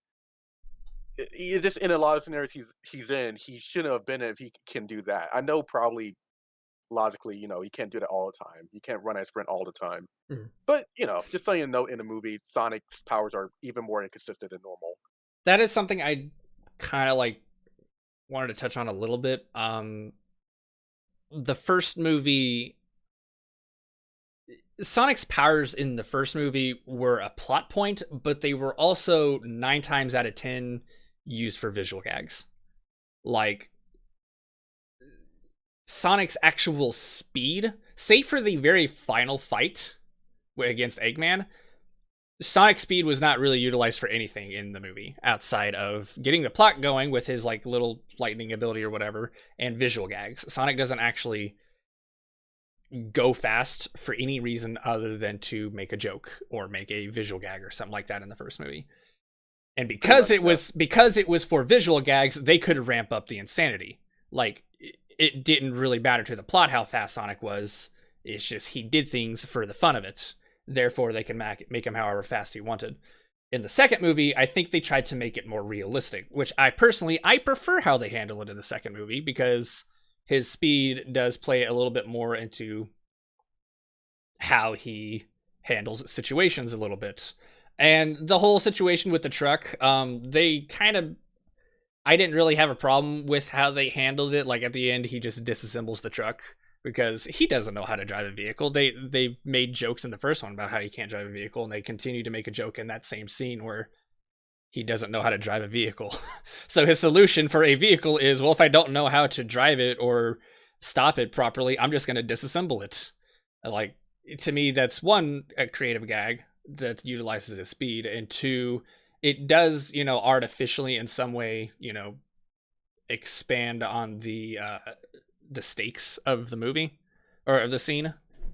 Like, it expands the stakes of the scene because he can't slow the vehicle down through any regular means that he is aware of because, one, they already pre-established he's immature and not very knowledgeable on a lot of things.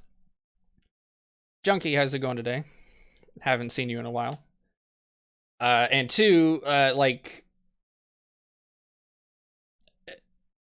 personally, I can't think of any other way he would really stop it outside of like kicking the guy out that was stopping the brakes, which, I mean, he could have done. There's a lot of different things that Sonic could have done in that situation. And there's a lot of things Sonic could have done in a lot of different situations that to like utilizing his speed. But there's also a difference, and this is like a very important thing about evaluating a character is what would you do in that scene versus what would that character do in that scene? Like, what does that character know about that scene and that situation, and how would they evaluate it and proceed forward? And to me, even though it was kind of weird, I mean, I guess it makes sense. Sonic just disassembled the entire truck, and the scene moved on. He just Dr. Manhattan's the car. He did. It's a little weird, but I'm also kind of like, what? It's a little creative, and it's kind of funny, and it fits with the character based on the context of the scenario. Yeah, like I'm not saying it's a problem that's how he solved it. Yeah. I'm just saying it now because it pops up here. His powers are more inconsistent in this film. Yeah. To me, at least. I've been busy with work, and Bach lately. Yeah, I've been busy with work as well, so I can understand that. But yeah, was there anything else you wanted to add to that scene, Reese? The Seattle Blue Now, the Justice? whole beginning part of the movie, I haven't really got much to say about it. It's just like it happens. But it's establishing, obviously. Yeah, that More towards like the mid and end where I've got more stuff to really mention. Yeah. that's one thing I do want to say, like, real quick. I didn't time it exactly, but I looked at my clock partway through the movie. The scene where Sonic and Tails are flying across the mountain and getting ready to like happen onto the cave. I'm pretty sure that's the halfway point of the film, like in terms of like timing. Yeah. That basically everything that happens after that scene is significantly more entertaining than everything that happens in the first half. I think the first half of the film is the weakest. There's a lot about the first half of the film that I really enjoy, but the second half is significantly more enjoyable. Yeah. And like the very early part, like up until you see Knuckles, honestly, the film is all just like honestly, I don't like that part of the film. Like if I Yeah. had to, I would just skip that part. It kind of has to happen though, to be honest. It's just all establishing stuff. It sets up a lot of context about what happens in the second or like But yeah, second half. that whole scene, that whole Seattle scene is just obviously showing that Sonic is trying to be a hero and Yeah. sucking at it. It does show some context, because if we want to go ahead and move on to the next scene, unless you have anything you wanted to add to that scene. Nope. So like the next scene is Sonic is returning home. He stayed out all night and then he crashes and falls asleep. But then like the Immediately gets woken. he immediately gets woken up by Ozzy, and then like him and Maddie. like Maddie wakes like tells him like, oh, weren't you gonna go fishing with Tom? And like they go and they have a fishing sequence, and Sonic falls asleep in the middle of fishing, falls out of the boat, and starts panicking, which is actually kind of a double. Like, I kind of like how they did this. It was like kind of a double whammy here. They initially like showed Sonic falling asleep. He was exhausted because he's being irresponsible, and he falls out of the boat, wakes him up to get the plot get the conversation and the scene going. And two, they actually show that he can't swim in that scene. Yeah. They actually mention that he cannot swim in it, which sets up something for later on. Yeah, I did gloss over that when it happened, but then I thought about it. Like, say, oh yeah, He straight up says in dialogue he can't swim. He doesn't like sink. He kind of just treads water. But Donut Warlord did have to like pick him up and pull him out. And then like him and Sonic have a discussion about like how Sonic is being reckless, and Sonic is like, "You're not my dad." But then like Tom's like, "You know what? That's fair. I'm not your dad." And that I do actually like how this scene is handled, because unlike other scenes in other movies that are like this one, it would possibly end with conflict. like a conflict or a rift being created with the characters, and they have to like deal with it the entire movie. Like, personally, I liked how it ended. Like, they resolve that conflict very quickly in that exact same scene. Like, they make up. They're like, you know what? Sonic's like, you know what? You're right. I am being irresponsible. I should try and like, improve on that and stuff like that. And Tom's like, thank you for like at least listening to my advice. One day you'll be the hero that you think that you can definitely be, and I know you will, and stuff like that. And it's definitely a slower scene, but I actually really do like how it sets up the context for Sonic's character arc, as well as how as like the context for Sonic and Tom's relationship in the film, and how it relates to their relationship from the previous film, and I like how it's built from and since then. Yeah, I agree with that. Like, Sonic and the film was Lord. Sonic and Donut. Like, it makes sense for the scene, and honestly, like, it was all right.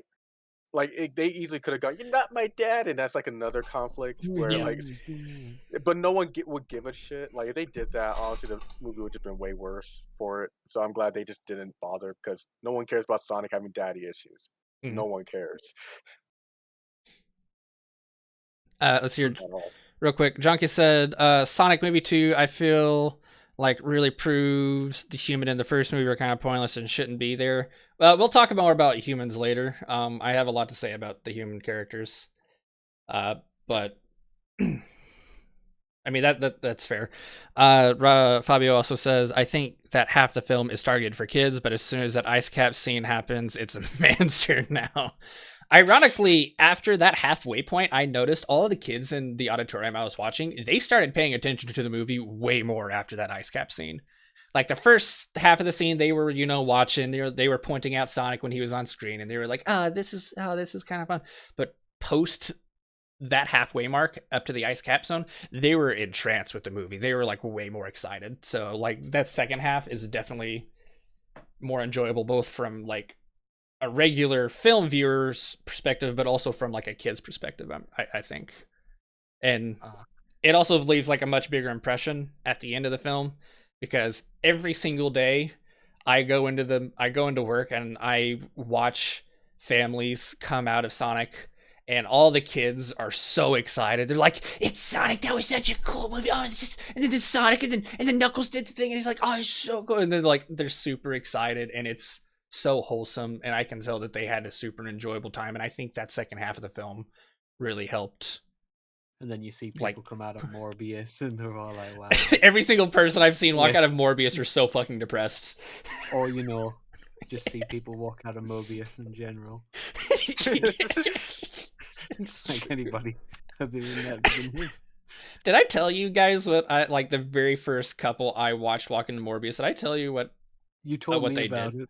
Okay, so Emmanuel, Morbius opens. This is Thursday. One of our very first showings of Morbius. I watched a couple walk in. I'm pretty sure they were the only ones that showed up to that showing. A couple walked in. Keep in mind, this is the very first day. I'm like, "Oh, you're going to be at this auditorium over here. I hope you enjoy your movie." And they were excited. They're like, "Yeah, we've been looking forward to this." I'm like, "All right, well, I hope you guys enjoy." Like, even if I don't give a shit about the film whatsoever, I'm not going to tell people to not enjoy their movie. It's not my job. I'm going to be like, "Yeah, have a fun time. I hope you enjoy it." Like an hour and a half, almost 2 hours later, I'm standing there at the door stand because I have to like cover for one of our staff that are on break or doing something else. I remember, and the couple walk out. And the very first thing I hear the guy say is, "They could have made that good." The very first thing I hear out of his mouth is, "Man, they could have made that such a good movie, and they didn't." They could have actually tried. I'm just like, I feel bad for these guys because they were excited to go and watch their movie, but it just sucked. Anyway, back to Sonic. Back to Sonic. So anyway, they could have made Sonic good. I'm kidding. They could have made Sonic good. Was there anything else you wanted to add to the Sonic and Donut Lord talking sequence? I liked it. I liked it too. Like, I like Donut Lord. I like Tom. He's cool. Like, out of all the human characters that I've seen in Sonic media, Tom's up there. I mean, nobody will top Professor Pickle. Yeah. I like Tom and Maddie. Like, I like them both. And I think this movie, like, doubles down on their relationship, and I really like how they interact with each other. Yeah, I just love how, like, when everybody ever talks about Tom and Maddie, they always, like, one of the main things that gets mentioned is, like, "Oh my god, it's a couple in a movie which aren't having, like, problems." Yeah. They're just a happy couple. And it's like, yeah, that is weird, isn't it? Like, every other movie of this genre, like, the fictional character coming into a live action setting movie, like the human characters always have either some stupid drama in them or their relationship is completely unbelievable. Like Alvin and the Chipmunks, there's like it was a fucking relationship problems. Smurfs, the relationship between the human characters, I didn't believe in at all. Sonic Movie 1 and Sonic Movie 2, Tom and Maddie have an actually believable relationship. Like, I have to give James Marsden and Tika Sumpter, I have to give them props. They did a really good job portraying these characters because their relationship is 100% believable to me. I actually am semi-invested in these characters and their relationship, and they never, like, they don't have any problems with their relationship. Not that they're the perfect couple, but the way they interact with each other and the way they interact with Sonic is super believable and also super wholesome. I actually really like them. They're some of the best human characters in any, like, live action CG movie I've ever fucking watched. Yeah. That revolves, like, around a fictional character. Yeah. You know. Yeah, they're okay. I'm gonna be like the odd man out. I don't really like. Okay, I think they serve their purpose, but I don't really care for them personally. Okay. Like all those details you notice, I didn't notice. I'm just like, oh, that's Donut Lord, and other guy. I honestly I forgot he was even Donut Lord for a second, and I forgot Yeah. I forgot Pretzel. I'm referring to Pretzel Lady. I forgot she was there Pretzel too, Lady. honestly. Yeah. But like I'm like, oh yeah, they're there. And, like they're enjoyable. They serve the purpose. The main thing for me, and it's gonna sound, I guess, kind of cruel, is that they don't get in the way. That's really the main thing. Yeah, They they don't get like, in the way. Anyway. especially in the second film, they don't get in the way, which I really like.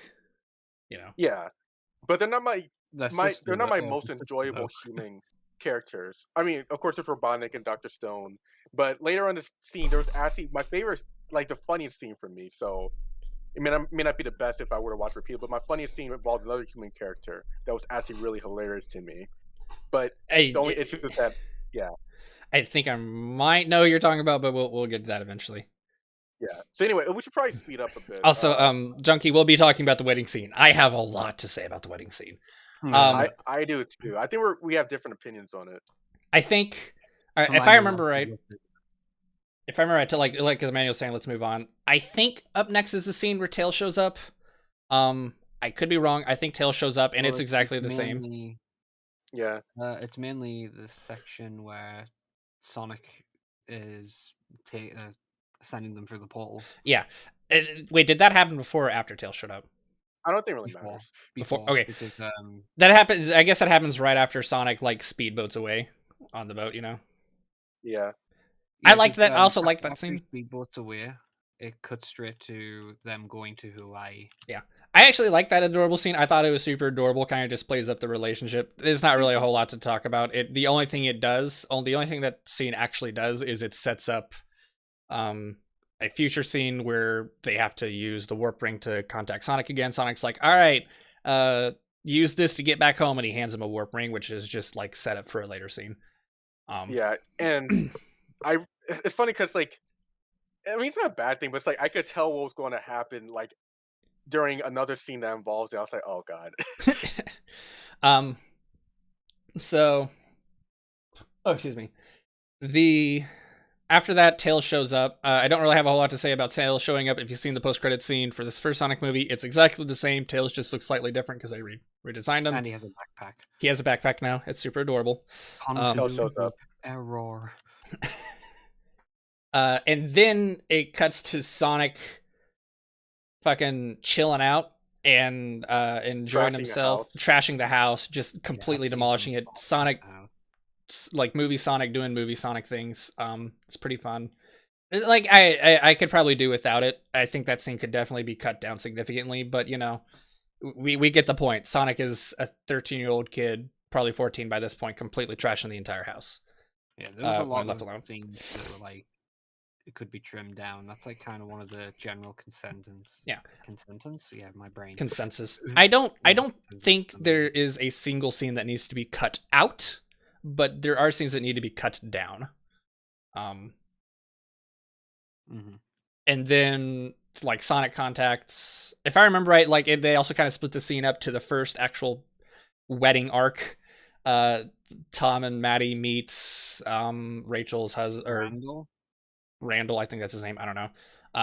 I think this scene could have been cut down. Like this scene could have been cut down significantly. I don't really think they needed to do that whole I should kill you with your stand joke. You left my wife tied up and just totaled her car and stuff like that. Like, I mean, it's not really funny. Personally, to me, I don't find it funny, but you know, I don't know what everyone else thinks. I kind of think they could have just cut all that stuff out and just Honestly, I stuck forgot with... all that stuff happened. So for me, that scene served as a reminder. It's like, oh yeah, that did happen. Anyway, the only thing that happened is like Sonic, or like Tom called Sonic just to check in. That's pretty much the entire situation. Oh yeah, and Tom, isn't that when also the ring bear shows up? No, that's a different scene. Okay. It's here. Junkie says, do you guys think Tails and Knuckles look more like their game models than Sonic? Kind of. Sonic has blue arms. It's wrong. Yeah. Kind of. But I mean, they fit. It's all I care about. Yeah, they fit. That's about it. I to be honest, I will say I prefer Knuckles having a bit more of the Dorito shape to him. Yeah, I actually I love how Knuckles looks. Movie Dorito size is great. Yes. Oh no. Oh no.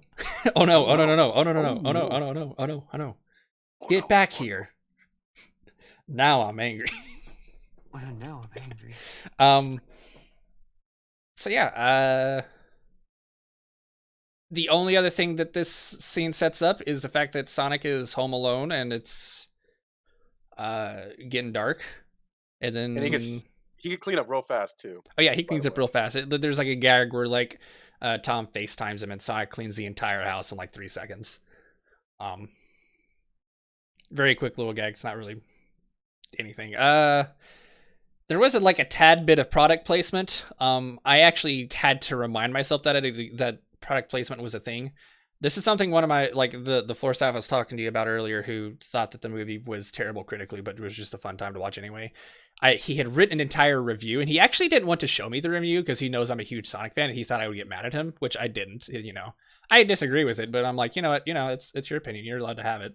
One thing he said in the review that I can't agree with just from an objective standpoint is he said that there was a bunch of product placement in the movie, which I can't really agree with. There is product placement in the movie, but it's really not that glaring, and it's really like small and minute and I don't very remember much of it at all, if any. There is a scene during the part where Sonic is like having a party by himself where he's out of snacks. He throws a warp ring.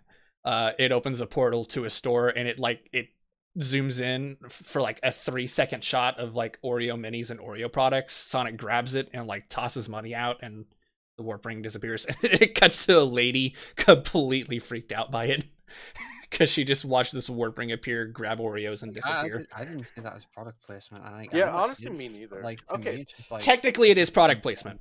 It is product placement, but it was so inoffensive that I didn't think of it as product placement. I mean, I did during the movie, but I really didn't care. I'm like, oh, that was like 2 seconds of product placement. All right, it's done. Bye. Okay, can I ask a question actually? Yeah. What is the inherent issue with product placement? I never got that because like I could see how that could be an issue when it's like, oh, I'm getting my Honda Civic 2022 in order to drive to this plug could be in place. Did I mention that I have a Honda Civic 2022 that has cushioned seats and air conditioning? Like I understand that, Yeah. but literally, like I don't see how the harm is. It's like, oh, they live in the real world. There are products there that we consume. Like I never got that. I think there's a right way and a wrong way to do product placement. And the first Sonic movie did product placement wrong in one instance. That Zillow shot, I think it was really stupid. It didn't really do anything. Like it didn't bring the movie down or anything like that. It was just kind of like it kind of took me out of it because they took a moment to show the Zillow website on a monitor and name it by name, and they're like, oh, I'm looking at apartments for Zillow, you know, and like they zoom in on it. It was a little weird. But there's also other scenes in the movie where it didn't matter at all. Like during the bar scene, Tom, whenever Tom's ordering food, he's like, I'll have a beer and give him a mellow yellow. Like that's technically product placement, but who gives a fuck? You order a mellow yellow. That's what you do in real life. You order actual products. Give me a Coke, give me a Sprite. I want a mellow yellow. You know, that's technically product placement. But, you know, who the fuck cares? That's what you actually order. And I think for some people, the problem is it takes them out of the movie. But I think that really only bothers people who are... Well, actually, I don't really want to say this on stream. Like, you know, it bothers a very certain type of people, and I've noticed it's a trend with a lot of these people. I don't have anything against these people. I'm not trying to like You're afraid that one guy will bash watch the them. stream and get offended. I'm not trying to bash these kinds of people. To an extent, I can also like see where they're coming from, but I'm not going to sit here and like get super into it. Political. Like political. But like, you know, I've noticed it bothers a very specific type of people. Mostly. It does bother other people when product placement is done badly, but whenever product placement is done fine, which I think for the most part the Sonic 2 movie does product placement really well. Like, no one really cared. I've never seen anyone talk about the product placement in the movie. The only people who I've seen talk about the product placement are these kinds of people. And I'm like, you know what? Fine. It takes you out of the movie. That's understandable. I don't think it's that big of a deal, but if it brings the movie down for you, you know, it sucks for you. I'm sorry about that. What do you want me to do about it? I didn't make the movie. I mean, there's also the Olive Garden, which honestly, I think that's a case where Olive Garden actually makes the movie better because that's Yes. actually hilarious too. Still, Yes. One thing I want to get out of the way with all product placement. I hope Olive Garden becomes an on-running joke with the Sonic cinematic universe. I want Olive Garden to stay. I don't want them to get rid of Olive Garden. I want it to be an on-running joke. But yeah, did you It's guys the big bad of the universe? Yeah. Did you guys have anything you wanted to mention about the other Like the scene where Sonic is trashing the entire house. There was a reference to the Mohawk design. Oh yes. Oh Hey, yeah, that, and also he did Your the Sonic American Adventure pose. Mohawk. yeah, No, the the adventure American pose Mo. was later. I mean, he did a few poses in that, just overall, but Yeah.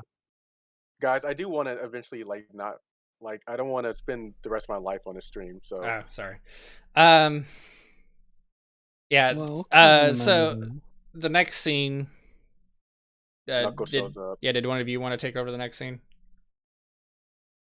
Right, so basically, Knuckles, fucking a knock knock, it's Eggman. Then hold up, actually, a knock knock, it's Knuckles. Oh. And then Sonic gets bunted through the flat screen. One thing leads to another. So essentially, events happen in this movie, and it pushes the plot forward, and characters grow, and that's the movie. Damn, bro. It is what happens. It is what happens in movies. So yeah, what you call it?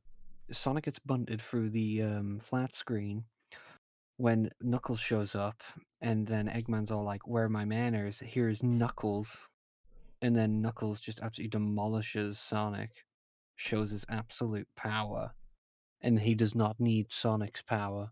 Mm-hmm. He's all like, Yeah. "Do I look like I need your power?" And then just buries him in the dirt. Yeah, they do the typical trailer stuff where it's like he says the same line, but like in a different scene. Yeah. Oh yeah, You never know. trust the trailers. He didn't actually say anything in that scene at all. Like they No, he just stood there. Well, stood there. they went out of their way to animate his mouth for the trailer because he doesn't actually speak at all in that scene. He just Which was beats the smart, shit I out of guess. Sonic. Yeah, the entire scene is just Knuckles pretty much beating shit at Sonic and showing Sonic that Sonic sucks, and that Knuckles actually knows how to use his power. Which is another thing. It's like it's weird that specifically Sonic and Knuckles have quote unquote these powers or whatever, like superpowers. It seems, while Tails, spoiler alert, doesn't actually have any powers. Like he has flight, but it's not referred to as a power. It's referred Tails to has just a him gun. being weird. Tails has a gun. Like yeah, Tails is American, so that's his power. So Yeah, Tails is America. America. But yeah. Yeah. So and that's Knuckles when trains Knuckles with his shows up, powers. and then everybody started losing their shit. When I was watching, well, I say everyone was losing their shit. Loads of people were like, "Yo, it's Knuckles! There he is!" And so yeah, after that, Tails comes up. Tails just fucking There was a comes scene up and beforehand. runs over Knuckles. There was a Absolutely shot that wasted. showed Tails getting a car, but Oh, I yeah. honestly forgot about that. Yeah, I kind of forgot Yeah, that happened. that was But, just that was kind of just before the scene began, to be honest, because it was towards the night time. yeah. Yeah. I think it was But, right. Tails I runs think it off of was like Knuckles. right before Sonic started partying in the house. Like it cuts to Tails like finding the cop car. I think. I will find Yeah. I do kind of find it funny though. I don't think anybody kind of realized it, but I think because of the cop car getting stolen, that's why Thingy was on the scooter. That's why Wade was on the scooter. That actually makes Oh, sense. yeah, you're I right. never really Yeah. noticed that. Yeah, the cop car was stolen. Tails That's straight why up we- fucking Grand Theft Auto'd Wade's cop car. Yeah, Yeah. and that's why he's on the scooter. Tails is the biggest fucking menace in this entire movie, and I love it. Like, I don't think anybody I don't know if it was the reason for it, but that's what I think it was because it makes the more sense, and I kind of I'm find pretty- it more I mean, funny Pretty sure for it it. is. The car gets driven off a cliff. It's unusable now. Yeah, so exactly. Like, yeah, it's gone. It's just gone. It's a funny little So, bit like, of continuity. yeah, like hidden continuity. So like that's how I see it as, and I think it's glorious. I think it's fucking hilarious. So I've noticed a lot of people kind of pointed out the fact that Tails hits Knuckles with the car. Some people don't really like. Some people pointed out, like some Colony Johnny pointed it out, but I don't really know if he really felt one way or another about it. Arlo mentioned it out. He didn't like it. I think some people either didn't like it or didn't care for it. I thought it was hilarious. It to me is just one of those random things. Like it doesn't make sense. Like why would Tails hit someone with a car? But when you think about it, Tails hit somebody with a fucking car, and it's fucking hilarious to me. Like you're in the middle of this super intense fight scene. Knuckles has been revealed, Sonic's getting his shit kicked in, and then Tails showed up and hits someone with a fucking car. And it's funny to me. I don't know why. I think it's a funny situation. I think it plays into the aesthetic of the movie, which is like these cartoon characters interacting in the real world. Mhm. I think it plays into it. It's like, it has its own internal continuity, then just random shit happens like that. Yeah. So Yeah. I didn't really mind. It was funny. And Sonic's like, "Who the hell are you?" And Tails like, "Just get in a fucking car, you Get- fucking dipshit." Get in the car. Did you notice Dewey joke? Was there a Dewey joke? What's there? I mean, technically, Knuckles asks where the emerald is. That's, Oh my I guess God. that's a Oh reference. my God, just but get out. Just get out. I heard somebody saying that there was like a reference to the Ugandan Knuckles, but like I never noticed it. I never noticed it either. I have to watch it again to really tell. We get like so slight plot stuff of Knuckles while he's holding Sonic up to a tree as well. yeah, there's some plot stuff. Knuckles is like, Eggman's like, I'll show you, Dewey. Oh no, it's Eggman Flossus. Yeah, Eggman flosses. So like That's cinnamon. the chase scene ends. Tails and Sonic discovers Tails can fly because they drive off a fucking cliff, and Tails saves them. I'll talk about Sonic and Tails' Oh, relationship later. there was a Sonic 4 reference as Yep. well. Splash Zone. Splash Zone. Knuckles hates Splash Splash Zone. Zone. I noticed that immediately as soon as I saw the truck pull up on my first watching. I was like, "Yo, I didn't see Splash it. Hill." I didn't see it at all. I didn't. One I saw it. the other thing this scene does set up is that Knuckles is actually fast. Like Knuckles chases the cop car on foot. I find it funny how like he's on all fours at one bit. It's like, damn, Knuckles, calm down. He's pulling a King Deity. Didn't. Primal. But like, yeah, Knuckles is very primal in this, and I fucking love it. That's like the two things that kind of sets up. One, Knuckles is fast on his feet, not as fast as Sonic, but he is no pushover in terms of speed. It also shows Tails can fly, and it can also show that this is where Knuckles and Eggman officially show up. Like initially, they just showed up to, like get back to Earth, but this time they showed up, and like they actually team up. Like this is where they officially team up. At first, it looks like Eggman's gonna like force Knuckles to team up by attacking him, but then he's like, Do you think these drones can beat me? I will break them like the bones of they are stairs. Oh, the stairs. And then like Eggman persuades Knuckles to team up with him, which in a very realistic sense based on Knuckles' personality and how Eggman plays into it and like kind of tricks him. Eggman then contacts Wade. Yeah, Totally Wade. Dr. Stone. Agent Stone. Oh, yeah. And Agent Stone. that is one of the Bean. one of the best things ever. It cuts to Agent Stone like designing like a was it just Eggman or was it Eggman and Stone? At first it was was Eggman just Stone. Eggman on his Okay. own. No, at first it was just Eggman on his own. And then was later like, on it was "Doctor, in, where are you?" yeah. It's like, And then he Doctor, gets where are attacked. you? And then yeah. And the the guy who's serving the drink to just destroys it and calls him weird. Which I probably would too, but you know what? Yeah. I mean I wouldn't call him weird, but I would think it. I'd be like, man, that's fucking weird, okay. Give me my drink. He had the balls to call him weird. Yeah. And then he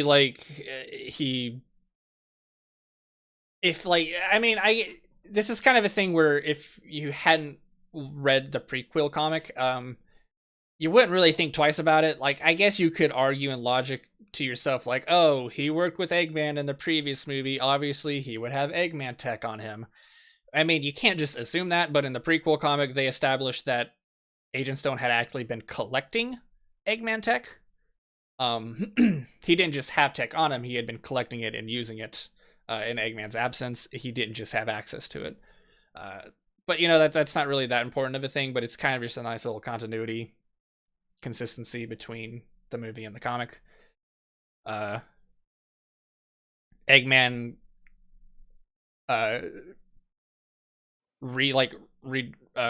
wardrobes himself. He gets dressed up, he gets cleaned up, brushes his teeth, which is kind of funny because he spent like almost an entire year on that fucking planet. And then he makes a rehatched joke, which I kind of rolled my eyes at a little bit, but I'm like, all right, sure. keeping with the egg motif. And then did they immediately meet after that? I forget. Did they meet first, or did Tails and Sonic go to Wade's house? Sonic and Tails went to Wade's house, yeah. Okay, yeah. So Tails and Sonic show up at Wade's place, which is kind of weird, but I guess it makes sense. The Wade Wade is Cave. probably the Wade Cave. I plan to tell that to a girl someday, who isn't my mom. Who isn't my mom? Poor Wade, man. Poor Wade. They kind of just break down the situation of what happened over the the previous scene, and then a plot convenience Deus Ex Machina situation shows up. Sonic pulls out his map, which he pulled out previously in a previous scene where Sonic got home, like right after he gets home from like vigilante work in Seattle. He pulls out his map and he's like, "I hope I'm making you proud, Longclaw." And then like he pulls out the map again in this scene because Tails went on a bunch of exposition about the Chaos Emerald or the Master Emerald and the owls and the echidnas, which I thought was very enjoyable. I liked it. Then, To be honest, like What? this whole thing with the map, I'll just say the first time I watched the movie, I actually didn't notice what happened, and like I looked away for a second, then all of a sudden there was a hologram. You I'm didn't. like, wait, what? You didn't miss anything. I noticed it right away. A hologram just appears from the map. Nothing activates it. They don't know, like they don't like say like they don't say some magic words or anything. They don't find some hidden text or anything. They're just like, oh, there's an emerald on the map, and then bam, hologram. You know what it must have been? The Wade Cave. It was the Wade Cave, is what it was. It was really weird. To me, it's kind of one of those plot holes. I'm just like, really, you couldn't have like just done something else to like make it, appear. Like, I don't have a problem with it appearing. You couldn't have done something to make it appear. It just appeared. Could have been a more interesting way to get this map to do its thing, Yeah. I guess. But it did its thing. Sonic got like a little bit of closure with Longclaw because he got to like not really talk to her, but like see her again through this hologram. Longclaw continued the exposition of the Master Emerald being on Earth, and then they somehow managed to figure out that the compass to the Emerald was what was the mountain? Was it the Alps or? Yeah. It was in Siberia. Siberia, yeah. It was in Yeah, Siberia. It was via Tails Ex Machina. Tails was like, according to my calculations and my stupidly large brain, we gotta go to Russia's zone. Actually, it was Sonic that did it. He looked at the map and he's like, oh, it's in Siberia. And we're like, how did you get that from the map? We've seen the map. We know what the map looks like. There's nothing in Siberia. Changed. I thought Tails said something, but okay. No, Tails doesn't say anything. It was actually Sonic. I don't remember the map changing. He's just like, oh, it's in Siberia. And I'm like... Yeah, the map changed because originally it was like that circle with all the different worlds on it. But when the hologram finished, it looked like an island. I thought it was Angel Island, but no. It's just the mountains. I don't remember seeing the map change. I'll have to watch it again. Maybe it does. But to me, it was a little weird. Because if you don't notice the fact that the map changes, then you have no context to like how would Sonic know where to go. You know what I mean? But maybe it does change. I'll have to watch again. I wonder if I can find a clip of it online. They pull out a warp ring and Sonic's like, all right, let's go. And Tails is like, wait, what do you mean we? What do you mean let's go? Like, aren't you just going? And Sonic's like, no, you're coming with me. And Tails is like, oh, I'm not a field guy. I'm just Manuel's going AFK for a minute. Okay. Tails is... Go ahead. I like it. I just type in on YouTube Wade Cave and I get the clip. You get Wade Cave? Yeah. It's the Wade Cave. Something I want to say to a woman who's not my mom. Wait, we gotta focus. So what was it? What was I saying? Yeah, Sonic drags Tails along, even though Tails was kind of hesitant. And then it cuts to Stone and Eggman meeting up with Knuckles, and they kind of discuss a plan there. Not really a whole lot going on in these kinds of scenes. Kind of some of the slower parts. Still a little entertaining because there's like entertaining dialogue throughout them, but There's still not a whole lot going on. I'm pretty sure.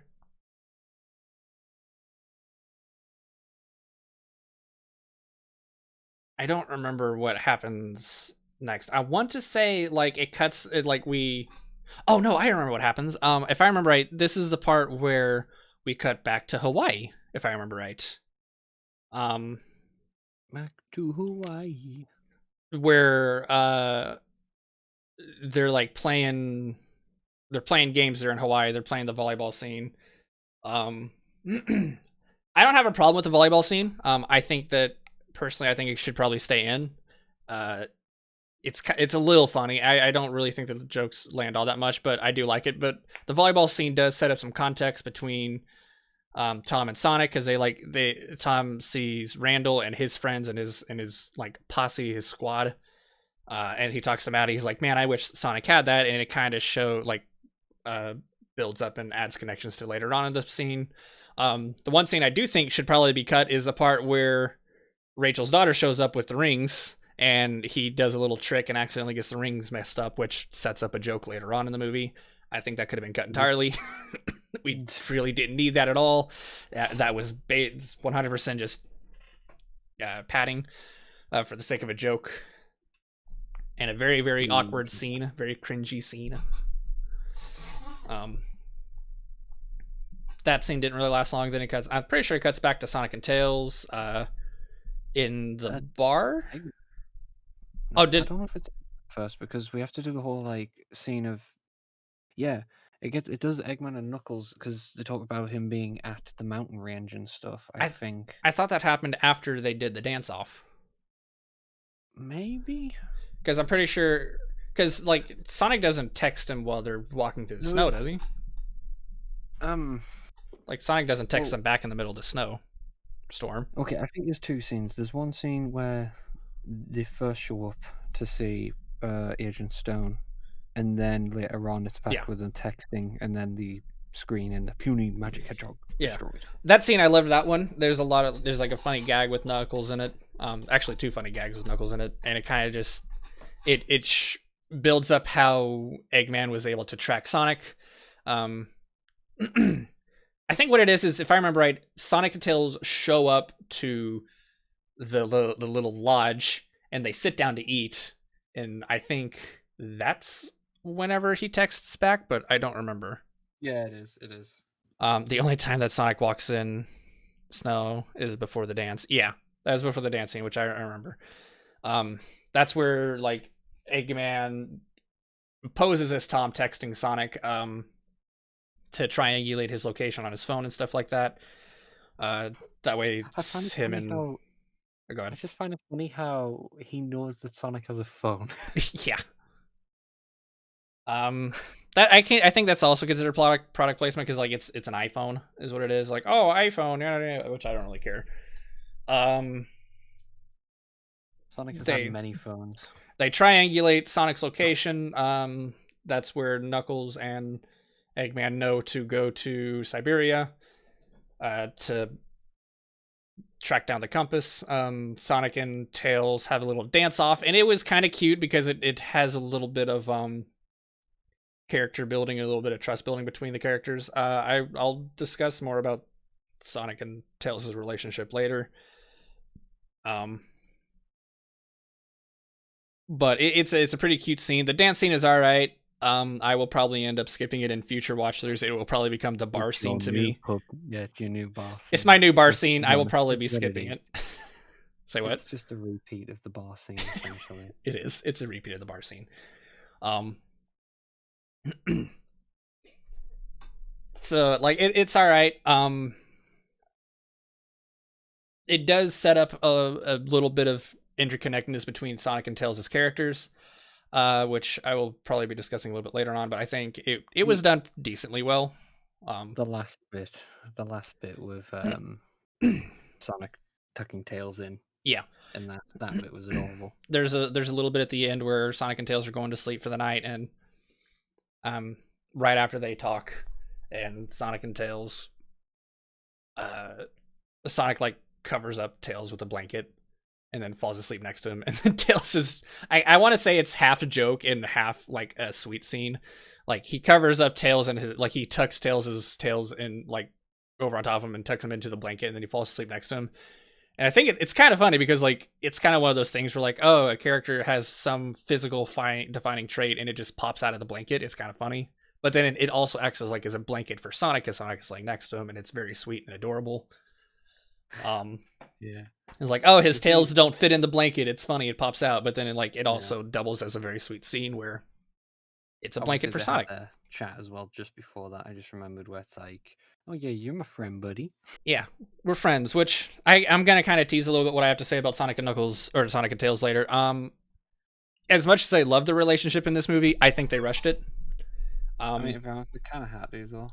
Well, no, they didn't. There's a lot about this movie they could have cut out, and that time could have been spent building Sonic and Tails' relationship.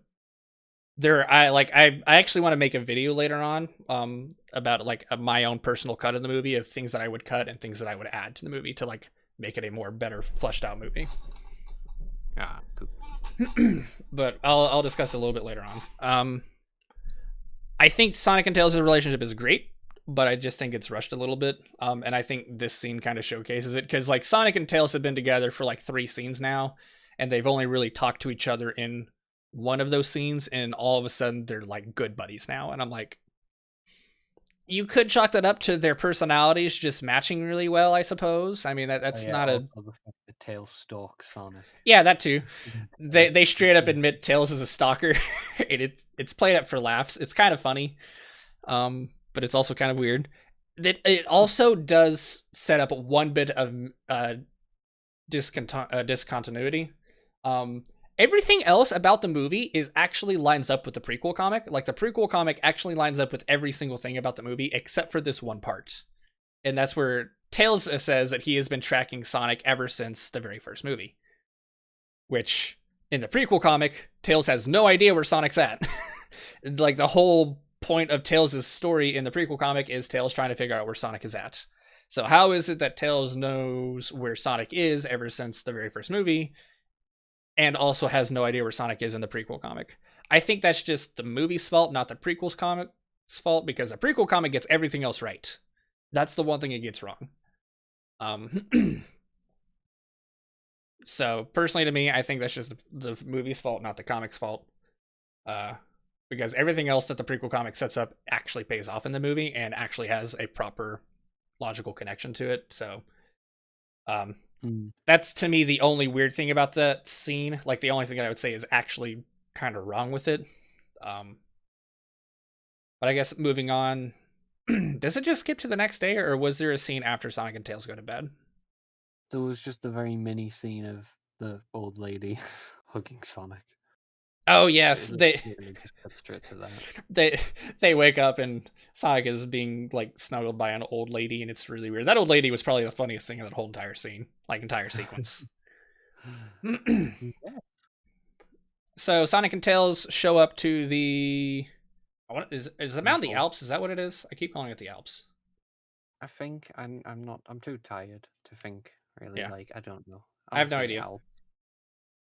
I have no idea. Yeah, They arrived at the temple. They figure out there was a sequence of characters on the map that Sonic uses to input a combination into this owl statue that then presents the compass. Bonus points. The symbols were from Sonic Riders. They were Babylonian, which is great. Yeah, it's pretty neat. I didn't actually notice that. The compass shows up, and then so does Eggman and Knuckles. Eggman and Knuckles, they show up, and one of the coolest scenes in the entire movie plays out, where Sonic and Tails work together to break out of the cavern that they were in. Which I thought they would have tried to play up emotionally a little bit, because it's very owl themed, and you can tell that Sonic seemed to have some kind of connection to it because he's still upset about Longclaw. But you know, that's fine. It's not that big of a deal that it didn't capitalize on that. It doesn't take anything away from the scene, the fact they didn't do it. But I just thought it would have been a nice touch. Sonic and Tails then split up. Sonic goes high, or Tails goes high. Sonic goes low. Sonic then snowboards down the side of a mountain, and it's one of the coolest fucking scenes ever. Oh yeah, the snowboarding seems good. He nicks a bit off of Eggman's robot Yeah. to slide down on, and I love it how Knuckles just watches. He's like, just punches what is leaving. He's like, I'll do it too. Knuckles is the exact same thing. He just destroys one of the robots and slides down as well, which is a nice. It's a nice reference scene to a combination of both ice caps, so Ice Cap Zone and Ice Cap from Sonic Adventure, where Sonic is snowboarding down a mountain scene or a snow mountain, stuff like that. I do like how the action is played out. Sonic destroying all of the bots in a snowball fight, and then it does a slow down skit where Sonic is dancing around a bunch of bots in midair, destroying them, making them destroy each other. Yeah, he does a bunch of ballet tricks. It's a manual. And then he lands back onto the snowboard and keeps going. It's pretty cool. And then, oh great, it's the Winter Soldier. Oh great, it's the Winter Soldier. Emmanuel shows up. Oh great, it's the Winter Soldier. The Winter Soldier, essentially me. And one thing I do like about that, and kind of Sonic and Knuckles' relationship throughout the movie, is the first time Sonic and Knuckles meet, Sonic gets demolished. The second time Sonic and Knuckles meet, Sonic holds his own a little bit better. Like, Knuckles still has the upper hand in a lot of situations, but Sonic does hold his own a lot better. And then later on, when they fight again, Sonic actually tends to get the upper hand a lot more in the fight. Like, Sonic learns and, spices up the fight. And it's actually a very interesting progression between the different fight scenes of Sonic and Knuckles. Yeah. It's kind of like how it's like Sonic Adventure 2 with Shadow. Then Tails gets hit, and he goes down. Sonic has to choose between saving him or the compass that they had just acquired, and he chooses Tails. And just before this, Sonic and Knuckles goes into a discussion, which kind of I don't think it really breaks continuity, but it does confuse the continuity between the first and the second film. Knuckles claims that his motivation is the fact that he lost his entire tribe the day that they went and hunted down for Sonic, which kind of conflicts with the first scene a little bit, because all of the action happens off screen. Obviously, we know for a fact Longclaw died, but we don't have any hint that the Knuckles tribe died. But yet, Longclaw just blew up. Longclaw self-destructed and killed the entire tribe. Oh my god. The only explanation I've come up with. That or she's just a badass. Yeah. She somehow killed an entire Echidna tribe while injured.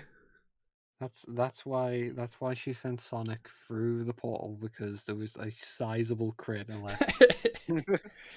But like, you get what I mean, right? Like, we're just to assume that Longclaw killed all of them and then died, I guess. I'd believe it. It's a little weird and a little far-fetched, but we don't know the power scaling of the owls in this universe, so maybe it's possible. Maybe owls are like the Chozo in the Sonic universe. They're super powerful, but basically died out. I mean, it'd fit. Chozo are bird people. Owls, I mean, maybe that's the case. I kind of just wish they would have expanded on that a little bit, but you know what? A reference that I do not get. Maybe they're just the birds from that owl from Legend of Zelda. But, Gamora Kapora. Yeah, it just bores them to death. Just talks him to death. Would you like to repeat that? Yes. All right. No. Oh my god, my ears. But like, you get what I mean, right? It doesn't really make sense. Knuckles is like, I lost my family, and I'm like, did you? No one cares. Did you really lose your family? I mean, did you? There's another thing too, which like I know the point of the actually scene. The family just lost their way back to their home. They just got lost. They died of dysentery on the way back. They look at Jim, who had the map. Who was The funny thing is, down, and he's like, to "Oh me, no!" Yeah, and just loses the map and dies. It's like Oregon Trail, both echidnas and funnier. Yeah. Funny. One thing that they touch on is like the echidnas are pretty much the bad guys, like essentially, because they're shown to be warlike, noble, but warlike in that they got the emerald and used it to just punch people in the face. So kind of like Sonic Adventure 1, Echidnas. Yeah. But it's kind of interesting that he don't like. And Knuckles like, I lost my entire clan, and like Sonic's like, we both lost something. I'm kind of like, yeah, but Knuckles' clan died because they went to war with somebody. That's not. It's not like it was like it's a loss for Knuckles. He lost his family, but it's kind of like, oh no, my dad passed away. How did he pass away? That sounds so sad. Oh, he was mugging somebody and the guy shot him. It was like, I mean, like he kind of. I wouldn't say like he kind of had it coming. You know, But that's what happens. is that Knuckles' fault though? It was not Knuckles' fault. It's still sad Yeah. for him. Yeah, it's still sad for him, which is why you still feel bad for him. But like, you know, it is. Okay, then. All right, fine. But like, to me, it also recontextualizes the first movie because like does Knuckles blame Sonic for that? Like, or is Knuckles only after Sonic because he thinks Sonic knows where the Emerald is at? Which recontextualizes the first film. Were the Knuckles clan tracking down Sonic, or were they tracking down Longclaw? In the first movie, they framed it like they were trying to track down Sonic, but if all they cared about was the Emerald, that means they only tracked down. The only reason Knuckles is tracking down Sonic would be because he believes Sonic has the map. I had a theory, like we're going tinfoil hat up in here. Like I've got like a deep theory. I think they were tracking Sonic in the first movie because he had very unnatural powers. Mm. And he has very unnatural powers because it has something to do with the Emerald. Because who's the only other character who's got a connection with the Emerald is Knuckles. Mm. And I think, like, backstory-wise, maybe the Emerald is what gave him the powers, because Tails, like you say, has no powers. Mm. And maybe, obviously, because they saw Sonic zipping about, it's like, yo, that shit ain't real. let's go track him down. Mm. And they crawl up on a Longclaw and are like, yo, you know where the Emerald is. Tell us where it is by shooting arrows at them. And Yo, then, the Knuckles clan is pretty cool. Maybe you should Maybe join it cool. or something. You should join it and tell us all you know or something. And then he gets chucked through the ring at the end, and then Longclaw self-destructs. Longclaw just explodes like a bird from Shrek. Yep. That's what I had in my mind. So yeah, to me, it kind of messes with the continuity. I wish it was like a little bit more clear what was going on. It can work. You can like adjust the continuity to make it work. It's not like it's completely broken, but it just doesn't make a whole lot of sense. I just had an idea. What? You know how we're trying to figure out how the Knuckles clan died? Mhm. What if Longclaw had like some sort of the power of the Emerald still with her somehow, and she used that to kill them all? Well, that's the thing is we don't know. How did they die? We don't know. There is no logical reason why they should have died. We don't know the power scaling of the owls. For what reason would the Knuckles clan have died in this situation? How did Knuckles actually lose them? Like, it's kind of confusing. So, you know, that aside, I guess we should move on. We're getting to the best scene. Yeah. The wedding scene. I had mentioned this earlier, Emmanuel. That scene where Tom and Randall are like playing volleyball and stuff. I actually think that scene should be kept for the most part, but the part at the end where Tom accidentally swaps the rings on the ring bearer, what's her name? Rachel's daughter. I think that part needs to be cut entirely. Just get rid of the entire gag of Sonic, or not Sonic, of Tom mixing up the rings and ruining the wedding. And like, because that entire shit, that entire stuff is just for a joke. And it, personally to me, it doesn't land. It's just one of those like cringy, awkward situations. Like, oop, I'm thrown in an awkward situation. This is weird. Oh, funny, you know.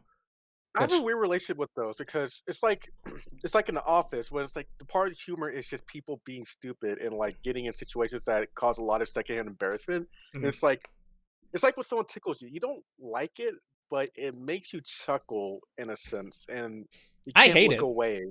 I hate it so much. Like the secondhand embarrassment, I hate that so much. I hate it when movies do it. I know sometimes they have to. That's understandable, but like this movie didn't need it. This joke didn't add anything.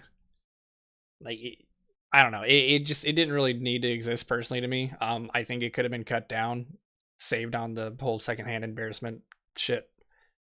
You think it would have been better if it's just like, well, I guess we'll get into it later, but I guess you would prefer if just they appeared and Gunn was like, ugh, you know. Yeah, like Tom did walk away, but like he didn't walk away so far. Like they're in the middle of an avalanche that's gonna be noticed, and a chunk of an avalanche coming through a warp ring and landing in Hawaii. Like no matter, unless you like walked or like on the other side of a building or like half a mile away, that's gonna be noticed. That's gonna ruin shit. They could have also just upped the stakes. Like Sonic's like, no, you can't find a new like. No, Sonic, I need you to throw it now. I'm running out of mountain here to skateboard or to ski down. Throw it now. So they could have still, ruined the wedding without making a huge awkward fucking scene out of it. You know what I mean? But that's personally just to me. Yeah. I'm also trying. Like I mentioned this to Reese earlier. I'm probably gonna make a video later on detailing my own personal cut of the movie where I cut things out and add things. And this is just something that I would cut to help like improve the movie if I were to like make a change to it. Just things that really don't need to exist that are taking up time that could have been dedicated to something that could have actually benefited the story or the character development and stuff. Oh, excuse me. Did you have anything you wanted to mention about the snowboarding scene, Emmanuel? Before we move on to the wedding scene. It was cool. I overheard you talking about the slow-mo scene, and that was pretty cool. Watching Sonic kind of go through that flawlessly. When their soldier shows up, Tails gets. It feels like an animal guy always has to get hurt in these movies. First it was Sonic, and then it's Tails. It's always like they're okay afterwards too. Mhm. When you think about it, which makes sense. They get knocked out. It's not. They roll themselves into balls and smash things with their bodies. They're built different. Yeah, they'll be fine. They just get concussed. Um, but yeah, it was also kind of. I don't know why. It was kind of cool watching Knuckles just kind of hold on to like the Eggmobile. It reminds me. I don't know what it reminds me of from another game. I think It reminds me it's similar. of Bowser and Bowser Jr. and the little clown copter. That's what it kind of Yeah. reminds me of.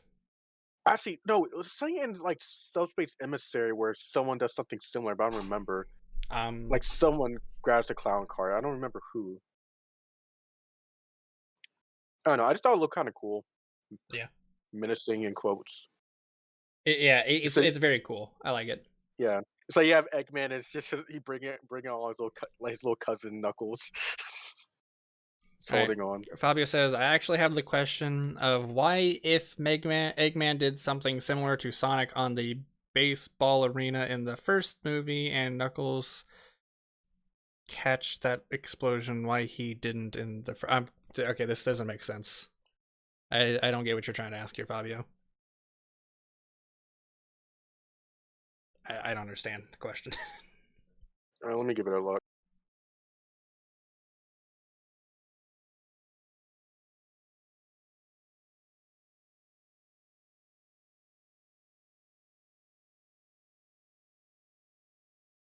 I don't get it either. Are you asking like if when you say catch, do you mean like Robotnik detecting that explosion Sonic did in the first movie we're in around? And are you asking why he didn't catch the second one? I don't really understand personally.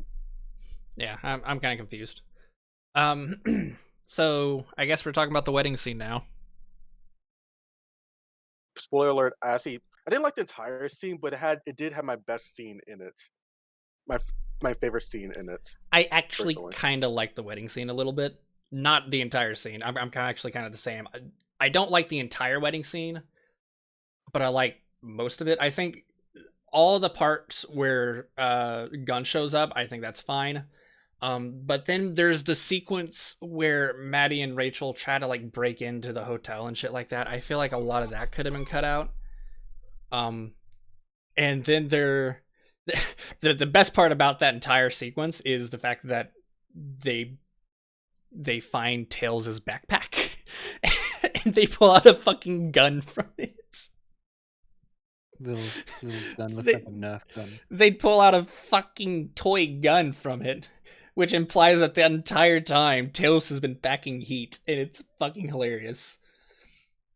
But like, then there's the next sequence, which this is actually the part that I like, but I think it needed to be cut down a little bit. The part where Rachel goes fucking Bridezilla mode and like starts destroying shit, and like, you know, fucking gets in the golf car and destroys a bunch of stuff, and Barracuda starts playing. Yeah, Barracuda starts playing.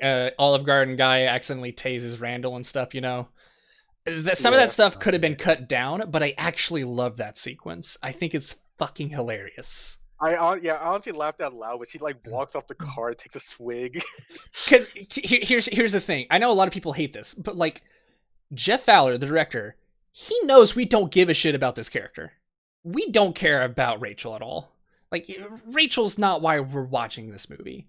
And even though she had some funny scenes in the first movie, and like she's kind of the crux of the whole B plot in this movie, like, we don't care about her. But the fact that they went out of their way and made this big ass Bridezilla over the top fucking, you know, the scene here, they didn't have to do that, and they did it anyway, and to me that makes it 10 times more funny. I fucking love it. I can't really explain why it is, but to me, I think it's like subtle genius. He knows we don't give a shit about this character, but they went and made this over the top scene with her anyway, and it's kind of funny to me. That's kind of how I see it. Yeah. Technically, my favorite part was like right before when the FBI were like, the gun was like, "Oh, we're here." And it's like, "Is everyone here in on it?" And then the fucking priest opens his book and there's a gun inside it. That was literally the best part of the movie for me, when he opens the book. I actually laughed at that part. I thought that was hilarious. Like, he opens it and then he closes it, and then he just like he does the fucking like Father, Son, Holy Spirit thing. Yeah.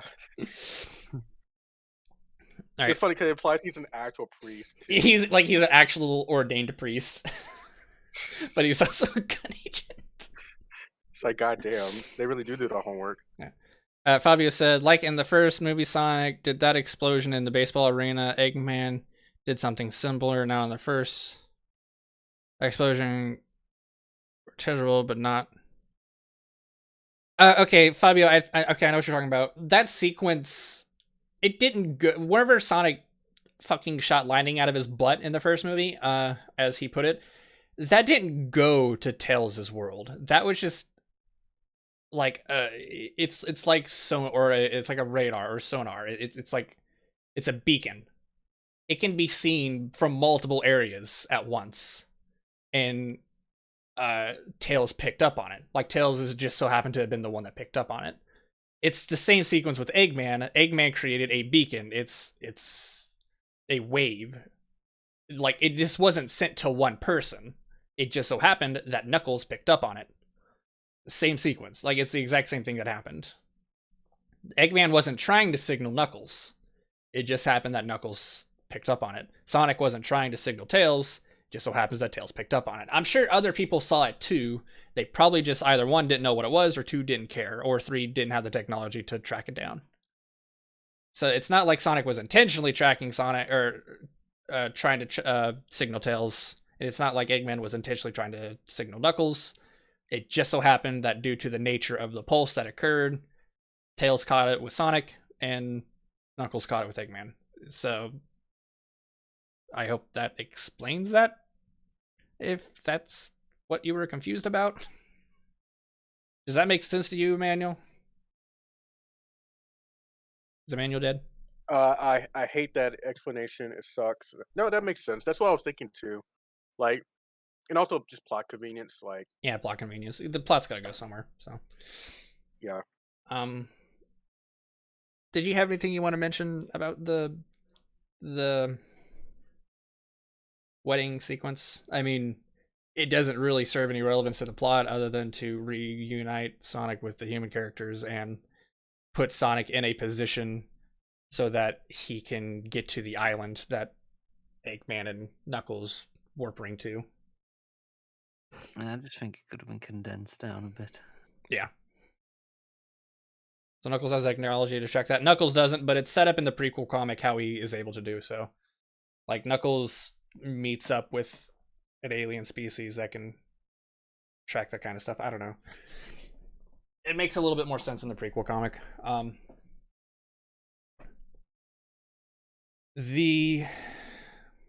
What about you, Emmanuel? Did you have anything about the wedding scene you want to mention? No, not really. In between segments of the wedding sequence, like that final wedding sequence, Eggman and Knuckles show up on an island. They use the compass to track down an island, and then the compass is used to open up a underwater temple somewhere in the middle of the ocean,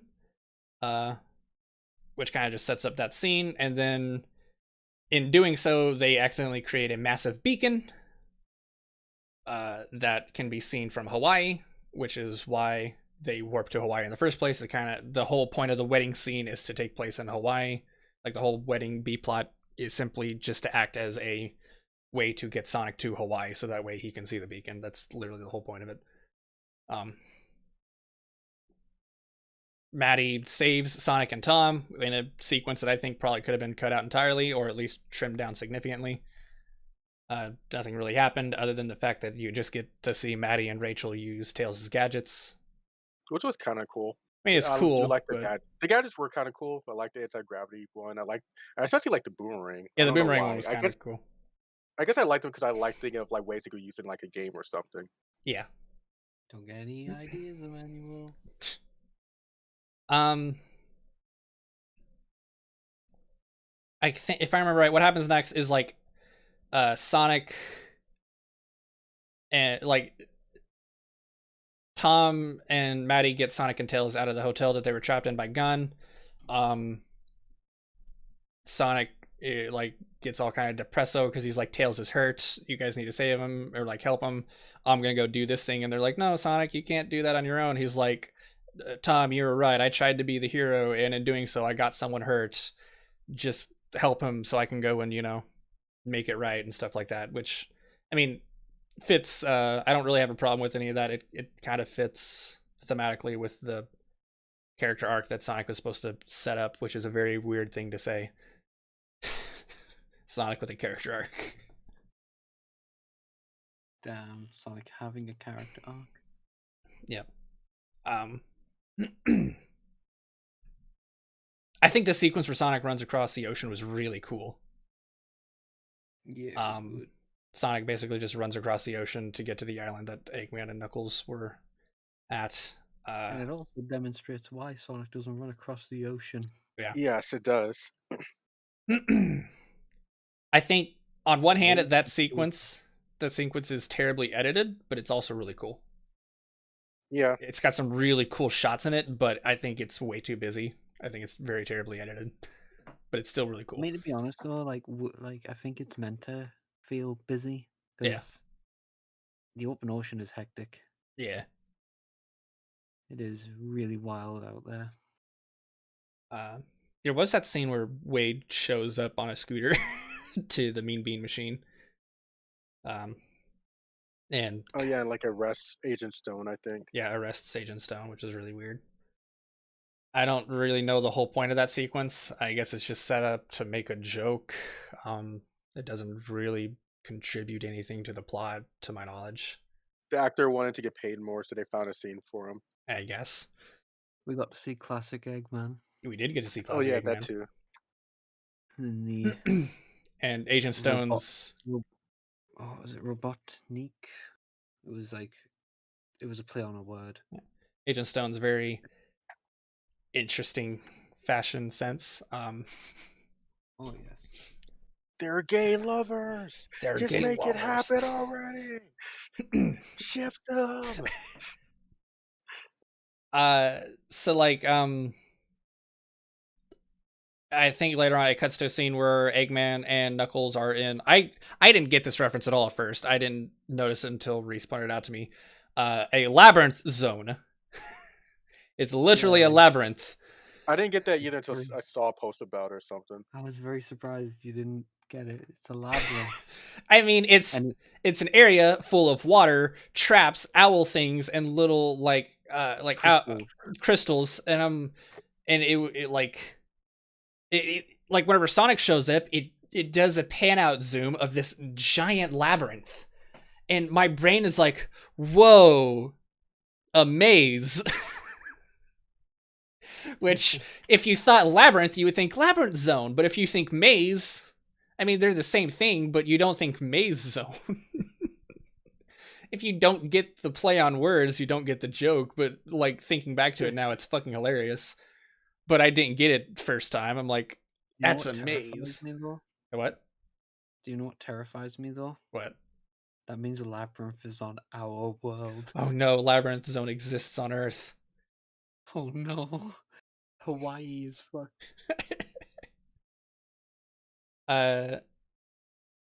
Knuckles and Eggman traverse through the labyrinth. They traverse through the traps. Just kind of, it doesn't really serve too much of a purpose. It kind of just shows how dangerous the area is, as well as some interesting Eggman tech and stuff like that. You know, some extra quips and visual gags and stuff. Eggman and Knuckles track the Emerald down. Eggman is about to betray Knuckles whenever Sonic shows up. And it's kind of funny how Sonic shows up because he kind of shows up in the background. They overhear him setting off every single fucking trap imaginable.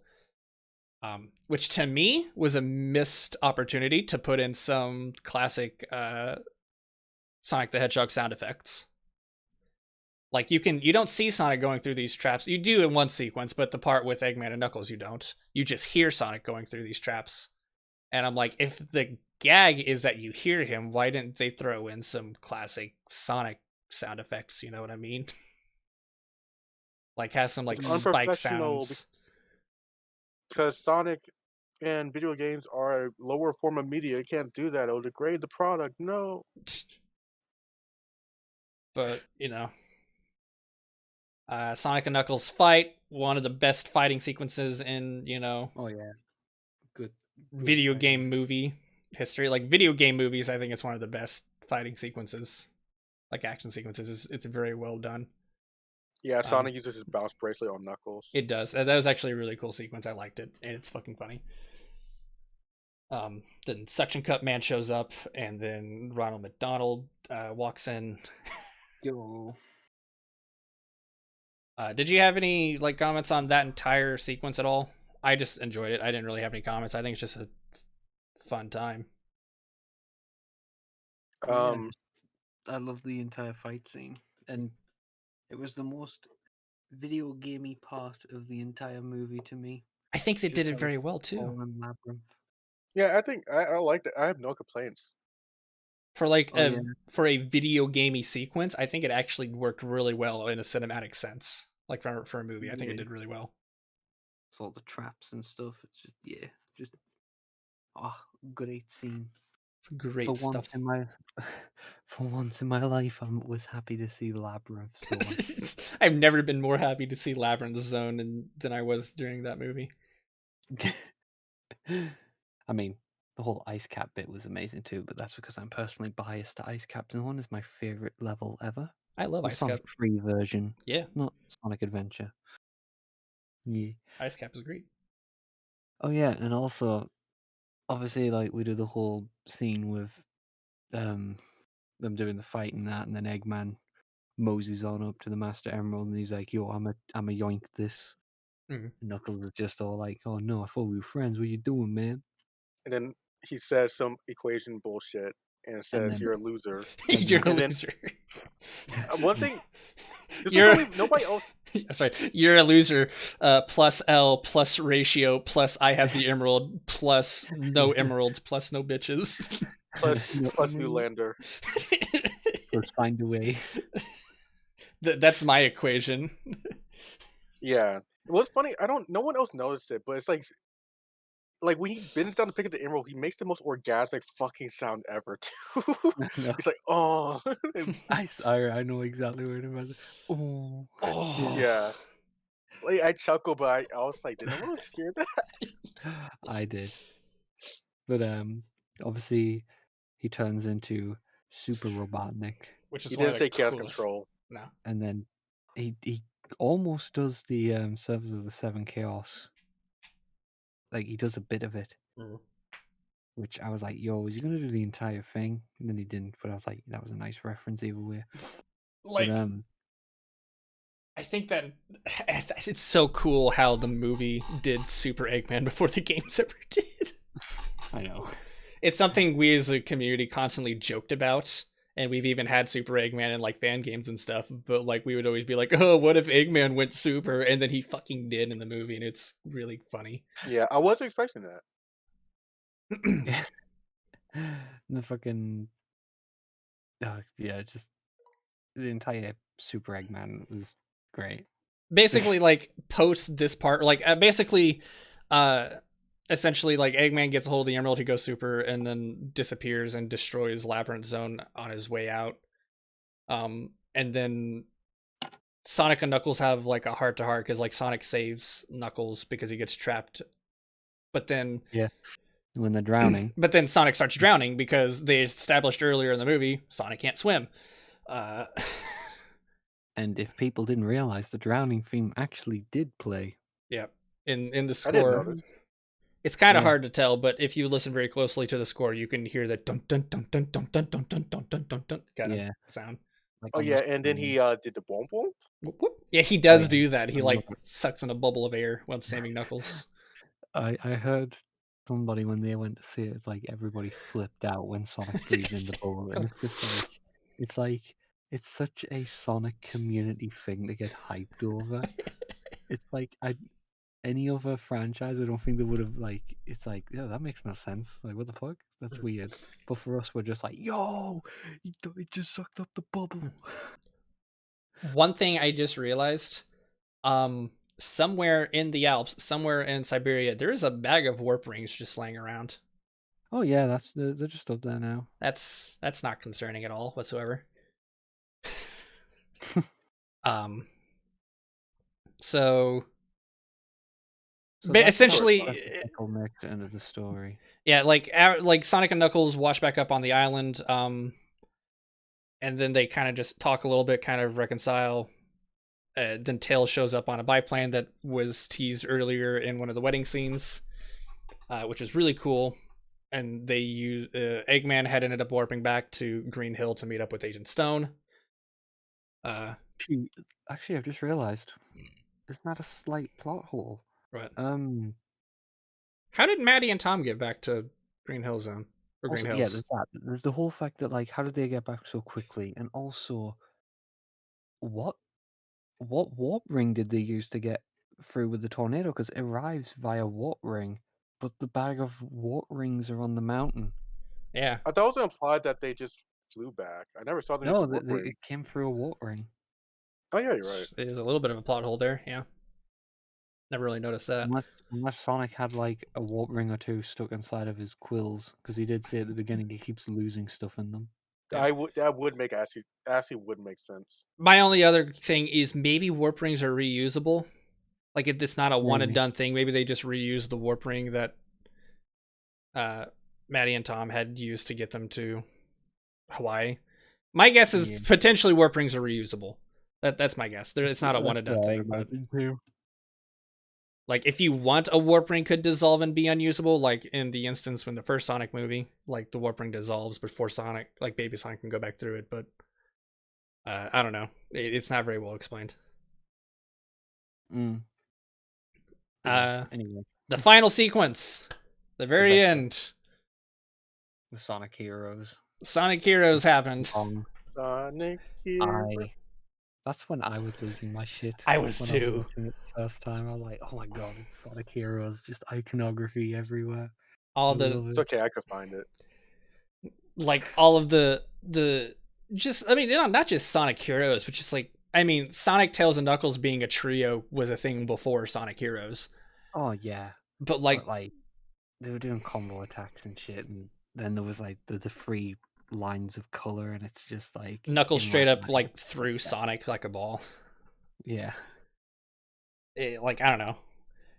like that entire last sequence was a joy. There isn't really one thing I want to like discuss about it other than like the very, very, very end, which we'll talk about it in a little bit, I guess. Slightly before that bit, obviously, Eggman shows up in Mean Bean. He shows up to Mean Bean, rescues Stone from a display bagel. Gun shows up. I guess maybe Gun. No, that's how Maddie and Tom got back. Gun brought them back. How Oh did yeah, they you're get back right. so quickly though. A helicopter. They took a helicopter back, which still is Very a very Hawaii to Montana. That's not a very that's a very long trip. They go back to movie Green Hills. Movie helicopters are really fast. And you get shut down easily. Eggman builds a giant death egg machine. It's really cool. Interesting design. I kind of wish it looked a little bit more like the traditional death egg machine, but you know what? That's not that big of a deal. I love the way it looked. Yeah. We'll take whatever we can get. I think it looked really cool. Regardless, I think it looked really, really cool. Sonic, Tails, and Knuckles. Take me with you. Sonic and Tails and Knuckles try to individually take it down, and they're like, no, we can't take it down ourselves. We got to use the power of teamwork because we're Sonic heroes. And then they work together to take it down. Sonic is actually a penis. Or balls. The groin. Sonic is balls. I do like how I always thought about it like just in general. It's like when you think about it, if you were to have a team combo, I know Sonic is speed, but also he's like the best guy to distract whatever you're trying to fight. Yeah. He's a taunter. Sonic's the scout. Yeah. What's up, Chuckle Nuts? All right, Deutschbog. Yeah.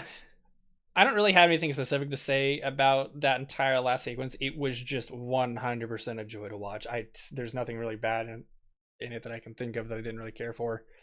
The sequence where Sonic is running across the bridge was a little weird, but you know, whatever. They had to set up a shot and a setting for a certain final section to appear. Was there anything else you wanted to add to it? Oh, No, just cool. Just gushing. Tails on uses Sonic. guns, Tails does use a gun. Oh yeah, Tails uses a gun as well. which I noticed immediately. I don't remember that from Sonic Heroes. You don't remember that? You don't remember the Might part have where they get Remember to Thunder Shoot? Thunder Shoot? By the way, this image that I've been having up this entire time during the screen, this is where that shot comes from at the very end when Sonic, Tails, and Knuckles are fighting Eggman robots. That's where that comes from. Tails pulls out a fucking gun. Tails just whips out that gat. Yeah. Tails has got a Glock. So Tails and Knuckles sneak into the Death Egg robot, and Knuckles fucking knocks the emerald right out of Eggman, which is akin to when Sonic 3 reference. He knocks the emeralds out of Sonic. And this That time, is classic, iconic Echidna style right there. yeah, just This is how completely knocks the wind out of Eggman. It's kind of funny. We cut back to Eggman. He's like, trying to like catch his breath. Without the emerald, he probably would have died. Let's be honest. Yeah, probably. Damn. Also, Agent Stone gets knocked out, and Dr. Robotnik gets scared that he's like, I'm evil, but I don't want to be known as like the Blizzard of doctors. He gets knocked out, and then fucking he's like, "Great! Now, next thing you'll know, there'll be a report about a hostile work environment." Yeah, exactly. So I'm saying they're gonna start. He's gonna turn into Blizzard if he keeps it up. Jesus. Oh, no. He's gonna have to talk with HR. Yeah. But So what if he the designs emerald. HR? So what? What if he designs HR like as robots, though? Then he can control HR. But then it's not But- human resources; it's Badnik resources. Let's get this finished up. So Knuckles knocks the Master Emerald out of Eggman, and they all fall out. Like Eggman doesn't, which is a little weird, but everyone else falls out of the Death Egg robot as it falls over because the Emerald's no longer powering it. Eggman activates auxiliary power, and it turns back on, but the Emerald had fallen out, and Sonic goes to go and grab it because he's injured, and there's this whole sequence that drags out a little long, but you know what? It's fine. Maddie and Tom save Sonic from getting crushed, and then they get crushed anyway. And Sonic's like, "I love you," and they're like, "I love you too," blue space rat thing. And then, well, they grab the emerald and they're like, "Great, we have the emerald. We're safe. We can use the emerald's power." And then the emerald dies. It breaks apart. It dies. It just explodes. And then Eggman steps on him, and then they die, and then Eggman wins. The end. Yeah, and Tails and Knuckles get incarcerated. Yeah. They get thrown in So jail anyway. for tax evasion. I thought it was a really bold move to have the movie end that way. It's kind of like Yeah. Infinity War, except that there's no end game. That's literally it. That's the end. So And then the bit I was spoiled about. yeah, Reese had this spoiled for him. Technically, I did too, but I thought it was a fake. Same here. I saw a screenshot of it. I'm like, that's a fake, and I moved on. Like, I didn't think of it twice. I just completely forgot about it. But then, I didn't know if I expected this to show up or not in the movie. But Supersonic, Yeah. he fucking kills Jim Carrey. Jim Carrey doesn't exist anymore. He destroyed Jim Carrey so hard he's retired from movies. Yeah. He Sonic literally says he doesn't want to do the movie anymore. Sonic beat Eggman so hard, Jim Carrey retired from acting. Yeah. Mike Pollock too. Yep. Just by proxy. Jim Carrey's like, oh, I've peaked. Yep. It was cool. Supersonic does look amazing, and Yeah, he looked better than Movies. what I thought he was going to. He did look a little weird in my opinion, but he looked significantly better than what he could have looked, which to me is great. Like, I loved it. The entire Supersonic sequence was amazing. It was just a treat to watch.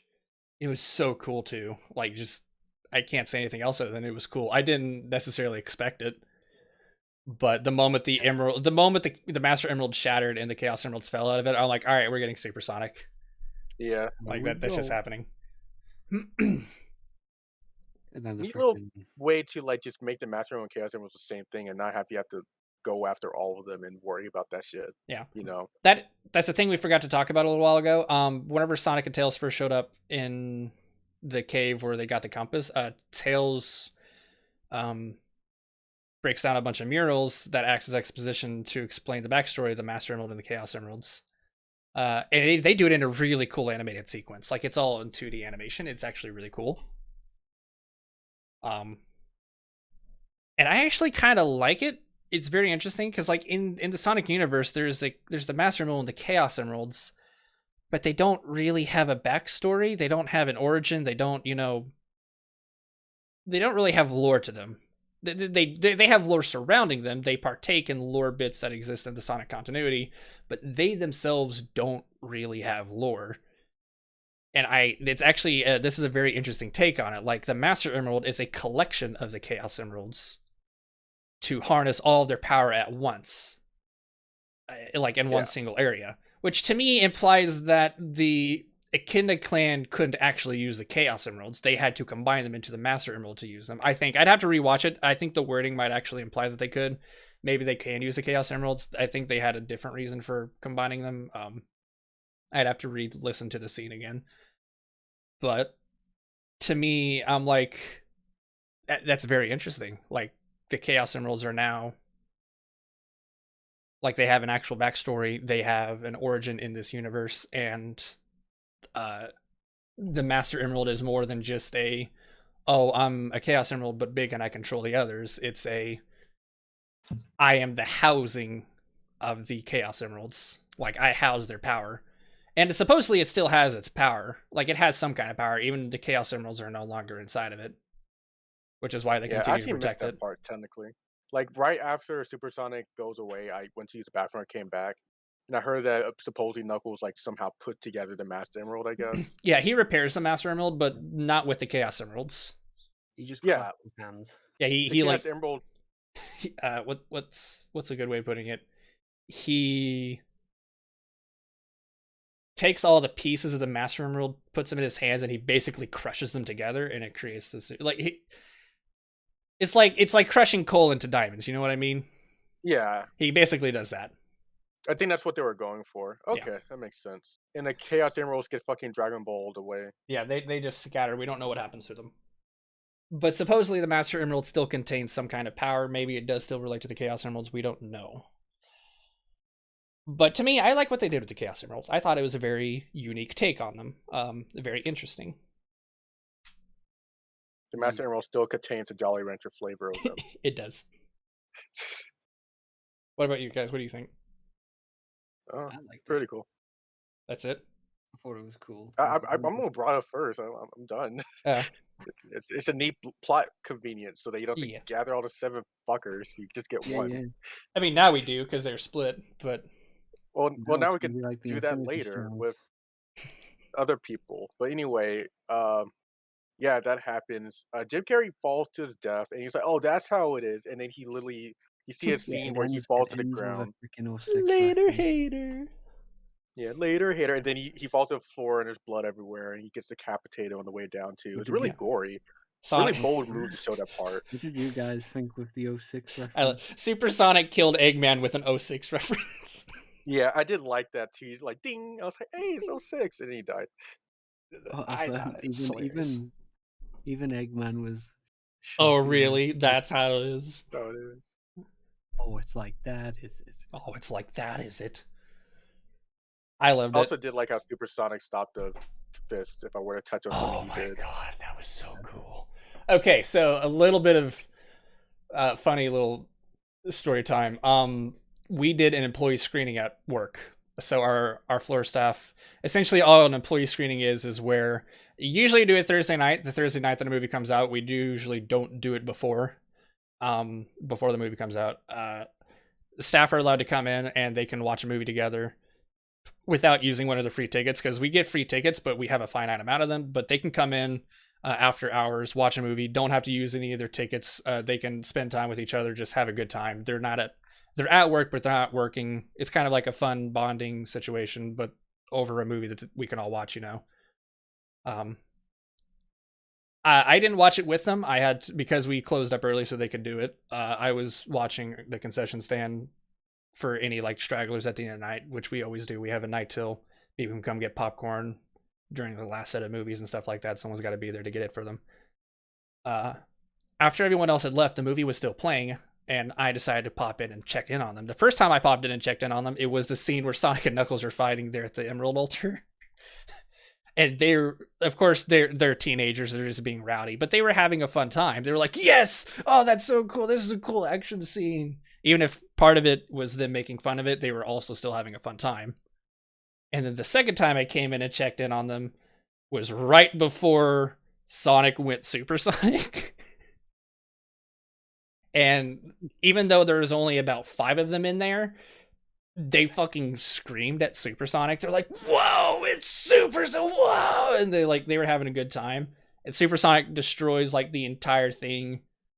Like wherever Supersonic stops the hand, like you were saying, Emmanuel. Yeah. They fucking screamed at that part. They're like, that's so cool! And I'm like at some instances they were like screaming and yelling to make fun of it, but on other instances you can tell they were actually having a fun time watching the movie. And I think that was one of those sequences where they were like, they thought they were just having a fun time with it, Because it was a badass moment. I really liked that scene. Oh yeah. So yeah, Jim Carrey dies. Jim Carrey dies. Gunn is like, there's no way he could have survived that bullshit. And I guess Sonic and Tails and Knuckles and Donut Lord and Pretzel Woman go home. They go home and play baseball and eat ice cream. And Yeah, become that's literally the end. family. Now, I do like how Knuckles was betrayed at the very end. I do too. Like he's like, the way he's like trying to adjust to Earth customs is funny, just due to his personality and stuff. Yeah, I enjoy it. It's kind of weird. He's like the somehow more naive older brother. Like he doesn't fit as like a child of the Wachowskis to me. Yeah, he's like but at the same time he belongs. He's I the guess. older teenage kid. He's like the kid in high school about to go into college, Yeah. He's like the foreign exchange student. Yeah. We are What is getting this ice ice cream? cream for my victory in base of ball. Base of ball. I guess to touch on the Eggman falling thing, that is actually kind of like I wonder if Jim Carrey is actually retiring from acting. And if I had to guess, if he actually is retiring, I wonder if he discussed this with the writers ahead of time so they could write that scene that way, so that way they could recast Eggman in a future movie. Eggman's coming back. You can't tell me Eggman's not coming back. Like, he's coming back. That's gonna happen. Sorry. You can't have Sonic without Eggman. We can touch on it later. Yeah. But, like, they could recast Eggman. Yeah. They could be like, oh, he was deformed and, like, injured, and now he looks like this, you know? Some stupid movie bullshit. And it's fucking, It's Mike Pollock. It's just Mike Pollock. No, I was gonna say it's, I can't think of his name. It's the guy who plays, the penguin in the one. The short, fat, ugly guy that everyone loves. What the fuck are you talking about? What's his name? I can't. He's just admit his whole stick is that he's short and bald, and he's kind of old now. Danny DeVito? Yeah, him. When did Danny DeVito ever play a penguin? He played the penguin. In the The Batman penguin. movie. Okay. That is not his, like, defining role. Danny DeVito has played so many other roles. I know, but that's what I forgot his name. I was grasping for straws, man. Danny DeVito is Eggman. I mean, yeah, sure. Yeah. He looks like this now. Ugh. I look like it. I talk like this. I'm from New Jersey. My name's Dr. Eggman. I sound like an old and decrepit raccoon. Wahoo. Wait, wrong character. But yeah. So that post-credit scene. Yeah. Actually, I was going to touch on that. They do show Jim Carrey again, technically, because Gun's like, there's no way he could have survived. I talk like this and whatever. And then you see one of the soldiers like pull down his balaclava. You can see like Jim Carrey's fucking mustache. That's Agent Stone. Was that Agent Stone? Yes, that was Agent Stone. No, his mustache is massive. Maybe he got burnt. It's Agent Stone. Damn it! I need to get my eyes checked. Honestly, I missed. Whatever. Yeah, that was Agent Stone. Okay, so I guess you're right. Yeah, so Jim Carrey doesn't show up again because he got 06'd. Yeah. 06, 86'd. And then he's like, we looked through Bachman's file, and it shows here that he has a same shop showed up from 50 years ago. They're like, oh no, that can only mean. It's like, yes. It's also 700 petabytes of gay porn. Yeah, that makes sense. I watched some of it too. It's pretty tasteful. It's pretty tasteful. Supersonic and Shadow were the two hype moments in the cinema for me. Yeah, yeah. I saw people getting the most hyped. They're like, it's Project Shadow, and then they like literally show Shadow, just like in the other games where he like pops out of the tube and he's just sitting there, and then like he opens his eyes. You're like, ooh. All right, what was your reaction, Emmanuel? I saw that. I'm like, wait. I was like, hold on, wait, guys. You're supposed to do the other guys first. Wait a minute. Where's Metal Sonic? Where's Metal Sonic? Where's Amy? I guess. I don't care. But I was wanting Metal. I was wanting Metal. I looked at that, and I'm like, God damn it. Yeah. That's exactly what I said. It's fucking Shadow popped up, and don't get me wrong, I love Shadow. Shadow's such a cool character, but he popped up, and I'm just like, God fucking damn it, now I gotta do Sonic Adventure 2. To be fair, I think Sonic Adventure 2 is a better adaptation to a movie than like some of the classic stuff. They're not gonna they're not gonna adapt Sonic Adventure 2. Yeah, I 100% hope for Sonic 3. I really hope they don't do Sonic Adventure 2's plot. 1, I hate Adventure 2's plot. 2, Adventure 2's plot is stupid. 3, Adventure 2's plot would be super alienating for casual audiences. Like, the Adventure 2 plot would be so bad for just casual audiences. They would have to adapt it so hard that it wouldn't be recognizable as Adventure 2's plot anymore. That's honestly why I'm kind of excited. Like, if they do a good job, it'll be interesting to see how it'll look when you adapt all that stuff to be like an actual movie. It wouldn't be Sonic Adventure 2's plot anymore at that point. At what point do you change something to the point where it's no longer its original thing? You would have to change Adventure 2's plot so much to be adaptable to casual audiences that I don't think it would be recognizable anymore. I think it'll be very tasteful. Like, I think it'll work. It'll be very tasteful when they get to the part where Marie gets shot, and they just show that in super gory detail. Like, I think I think it'll be very tastefully done. I mean, technically, Fizz. this right here, this is Sonic 3 and Knuckles' plot. Like Sonic 2, that's Sonic 3 and Knuckles' plot. Yeah. Like, Knuckles shows up, beats the shit out of Sonic, is tricked by Eggman, and they go and collect the emeralds, and Eggman builds a giant machine and tries to take over the world, and Super Sonic stops him. That is Sonic 3 and Knuckles' plot, and absolutely nothing about this movie is recognizable outside of like Tails and Knuckles showing up. Yeah, and I'm fine with that. It's technically Sonic 3 and Knuckles' plot, but it's not at all whatsoever. Like, I'm just saying, I just want to have Sonic Adventure 2's plot in the sense that I just want to see Sonic go to space. I want to see Shadow be a bullshitter or whatever. And I want there to be like a giant laser, maybe. I don't care. And maybe a giant lizard. I don't care as much either. It'll be cool also if Sonic gets a giant truck that chases him and he says low budget flights. And that's all I need. You know. So yeah, essentially what you want to happen is child to be shot. Yeah, that too. I've been loving Twitter the past week. They're like, man, I can't wait for Sonic, the Sonic 3 movie where a child gets shot. Yeah. Child gets shot. A person's put up on the firing range. An old man is executed live on stream. Yes. Live slug The reaction. president shows up. It would be funny if, like, whenever the movie comes out, the actual president of the United States makes a cameo. Fucking Joe Biden. Joe Biodome. Joe Biden shows up. Fucking like I can't wait for the Sonic 3 movie where Sonic breaks into the fucking White House. Joe Biden's there, and then there's a bunch of police brutality and racism as they all, like, the entire United States government starts beating the shit out of Sonic the Hedgehog thinking he's black. Yeah. Project Shadow. Glad that it wasn't Trump. Oh god. Yeah. Oh god.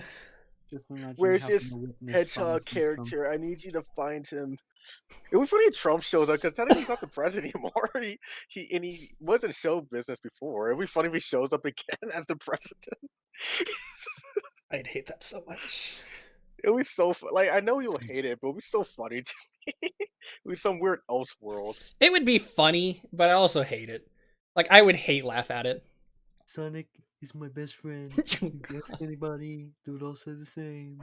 You know each other. It's really cool. I mean, well, it makes sense too because remember, I forgot who said it or who did the review on it. It's like that one movie with the dog where Trump literally was in it, and like the Shadow the Hedgehog's voice actor was in it. Yeah.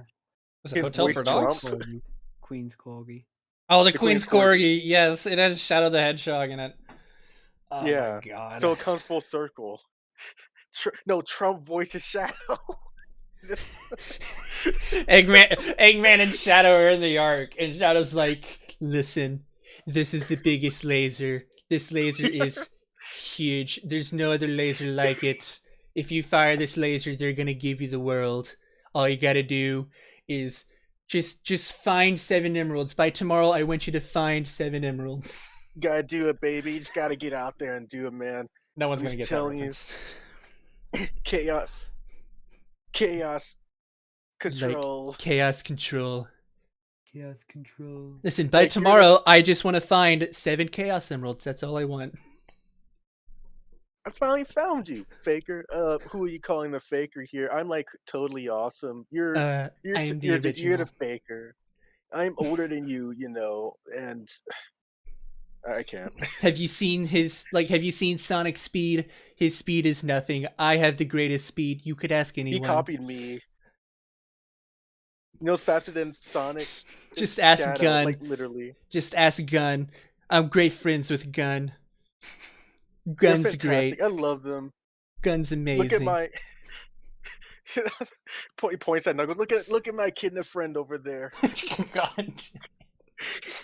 All right, I think we have the leaked plot of Sonic 3 right here. All right, like in all fairness, okay, I have one question real quick for you, Emmanuel, and then I'm pretty much done. I don't have anything else. Yeah, I gotta go actually. But continue. What do you think of Shadow and Metal Sonic being in the third movie. That's what I thought. Someone suggested that, and that makes sense. Like, because Shadow has to team with this motherfucker eventually. Mhm. So it'd be cool if like they pull like a Batman v Superman, and they're like, "Oh, Metal Sonic, he's powered by I don't know, nuclear waste. I don't know. He's powered by something.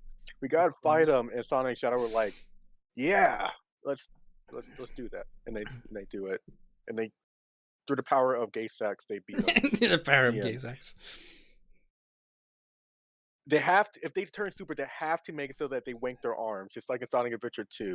That's They also do has to jerk be in the off. movie. Sonic and Shadow have to do a circle jerk in order to turn super. They have to do that. If they don't do that, I'll be severely disappointed. And whatever Sonic 4 turns out to be, I will not watch it. All right, well, we've been talking for like 4 hours. I'm hungry. I I'm need tired of hearing food. my own voice. I'm really hungry. I also like Hungry kind of mom. low key hate all of you guys. Like, Really? Why? yeah, really. That's why I spent 4 hours talking about a children's cartoon mascot with you guys. Because you hate us, that's why. And that's why I Yeah. spent the past like 3 years making a game with you guys because I hate you. He secretly plans to betray us. All right. Yeah. I say we call it good here. Yeah. Okie dokie. I actually do. I have work tomorrow. I do have to go. All right then. Well, I thank need you for sleep. everybody who joined in. I'll be uploading this next Monday. I'll probably just upload it all at once. I don't think I'm even gonna cut it. It'll be both a dev stream and a movie discussion. Yeah. So We'll until make sure to talk about. Oh, go ahead. Just gonna say, make sure to tune in next time. We're talking about Sonic 3, Rise of Shadow, Donald and the Trump. Piss Tape. The shadow of Trump. Next Shadow of time, Trump. next time we're gonna show secret footage of Sonic the Hedgehog 4. Big. Big. That's all your mind can go to. It's big. Big. All right, we're kind of good here. Big movie. We'll see everybody next time. Don't know when Do you we'll think do I'm gonna another say dev stop stream. the count at Sonic 3? I don't know. Well, maybe. I was making a Trump joke. Anyway, I bye. don't know. See everybody next time. Bye.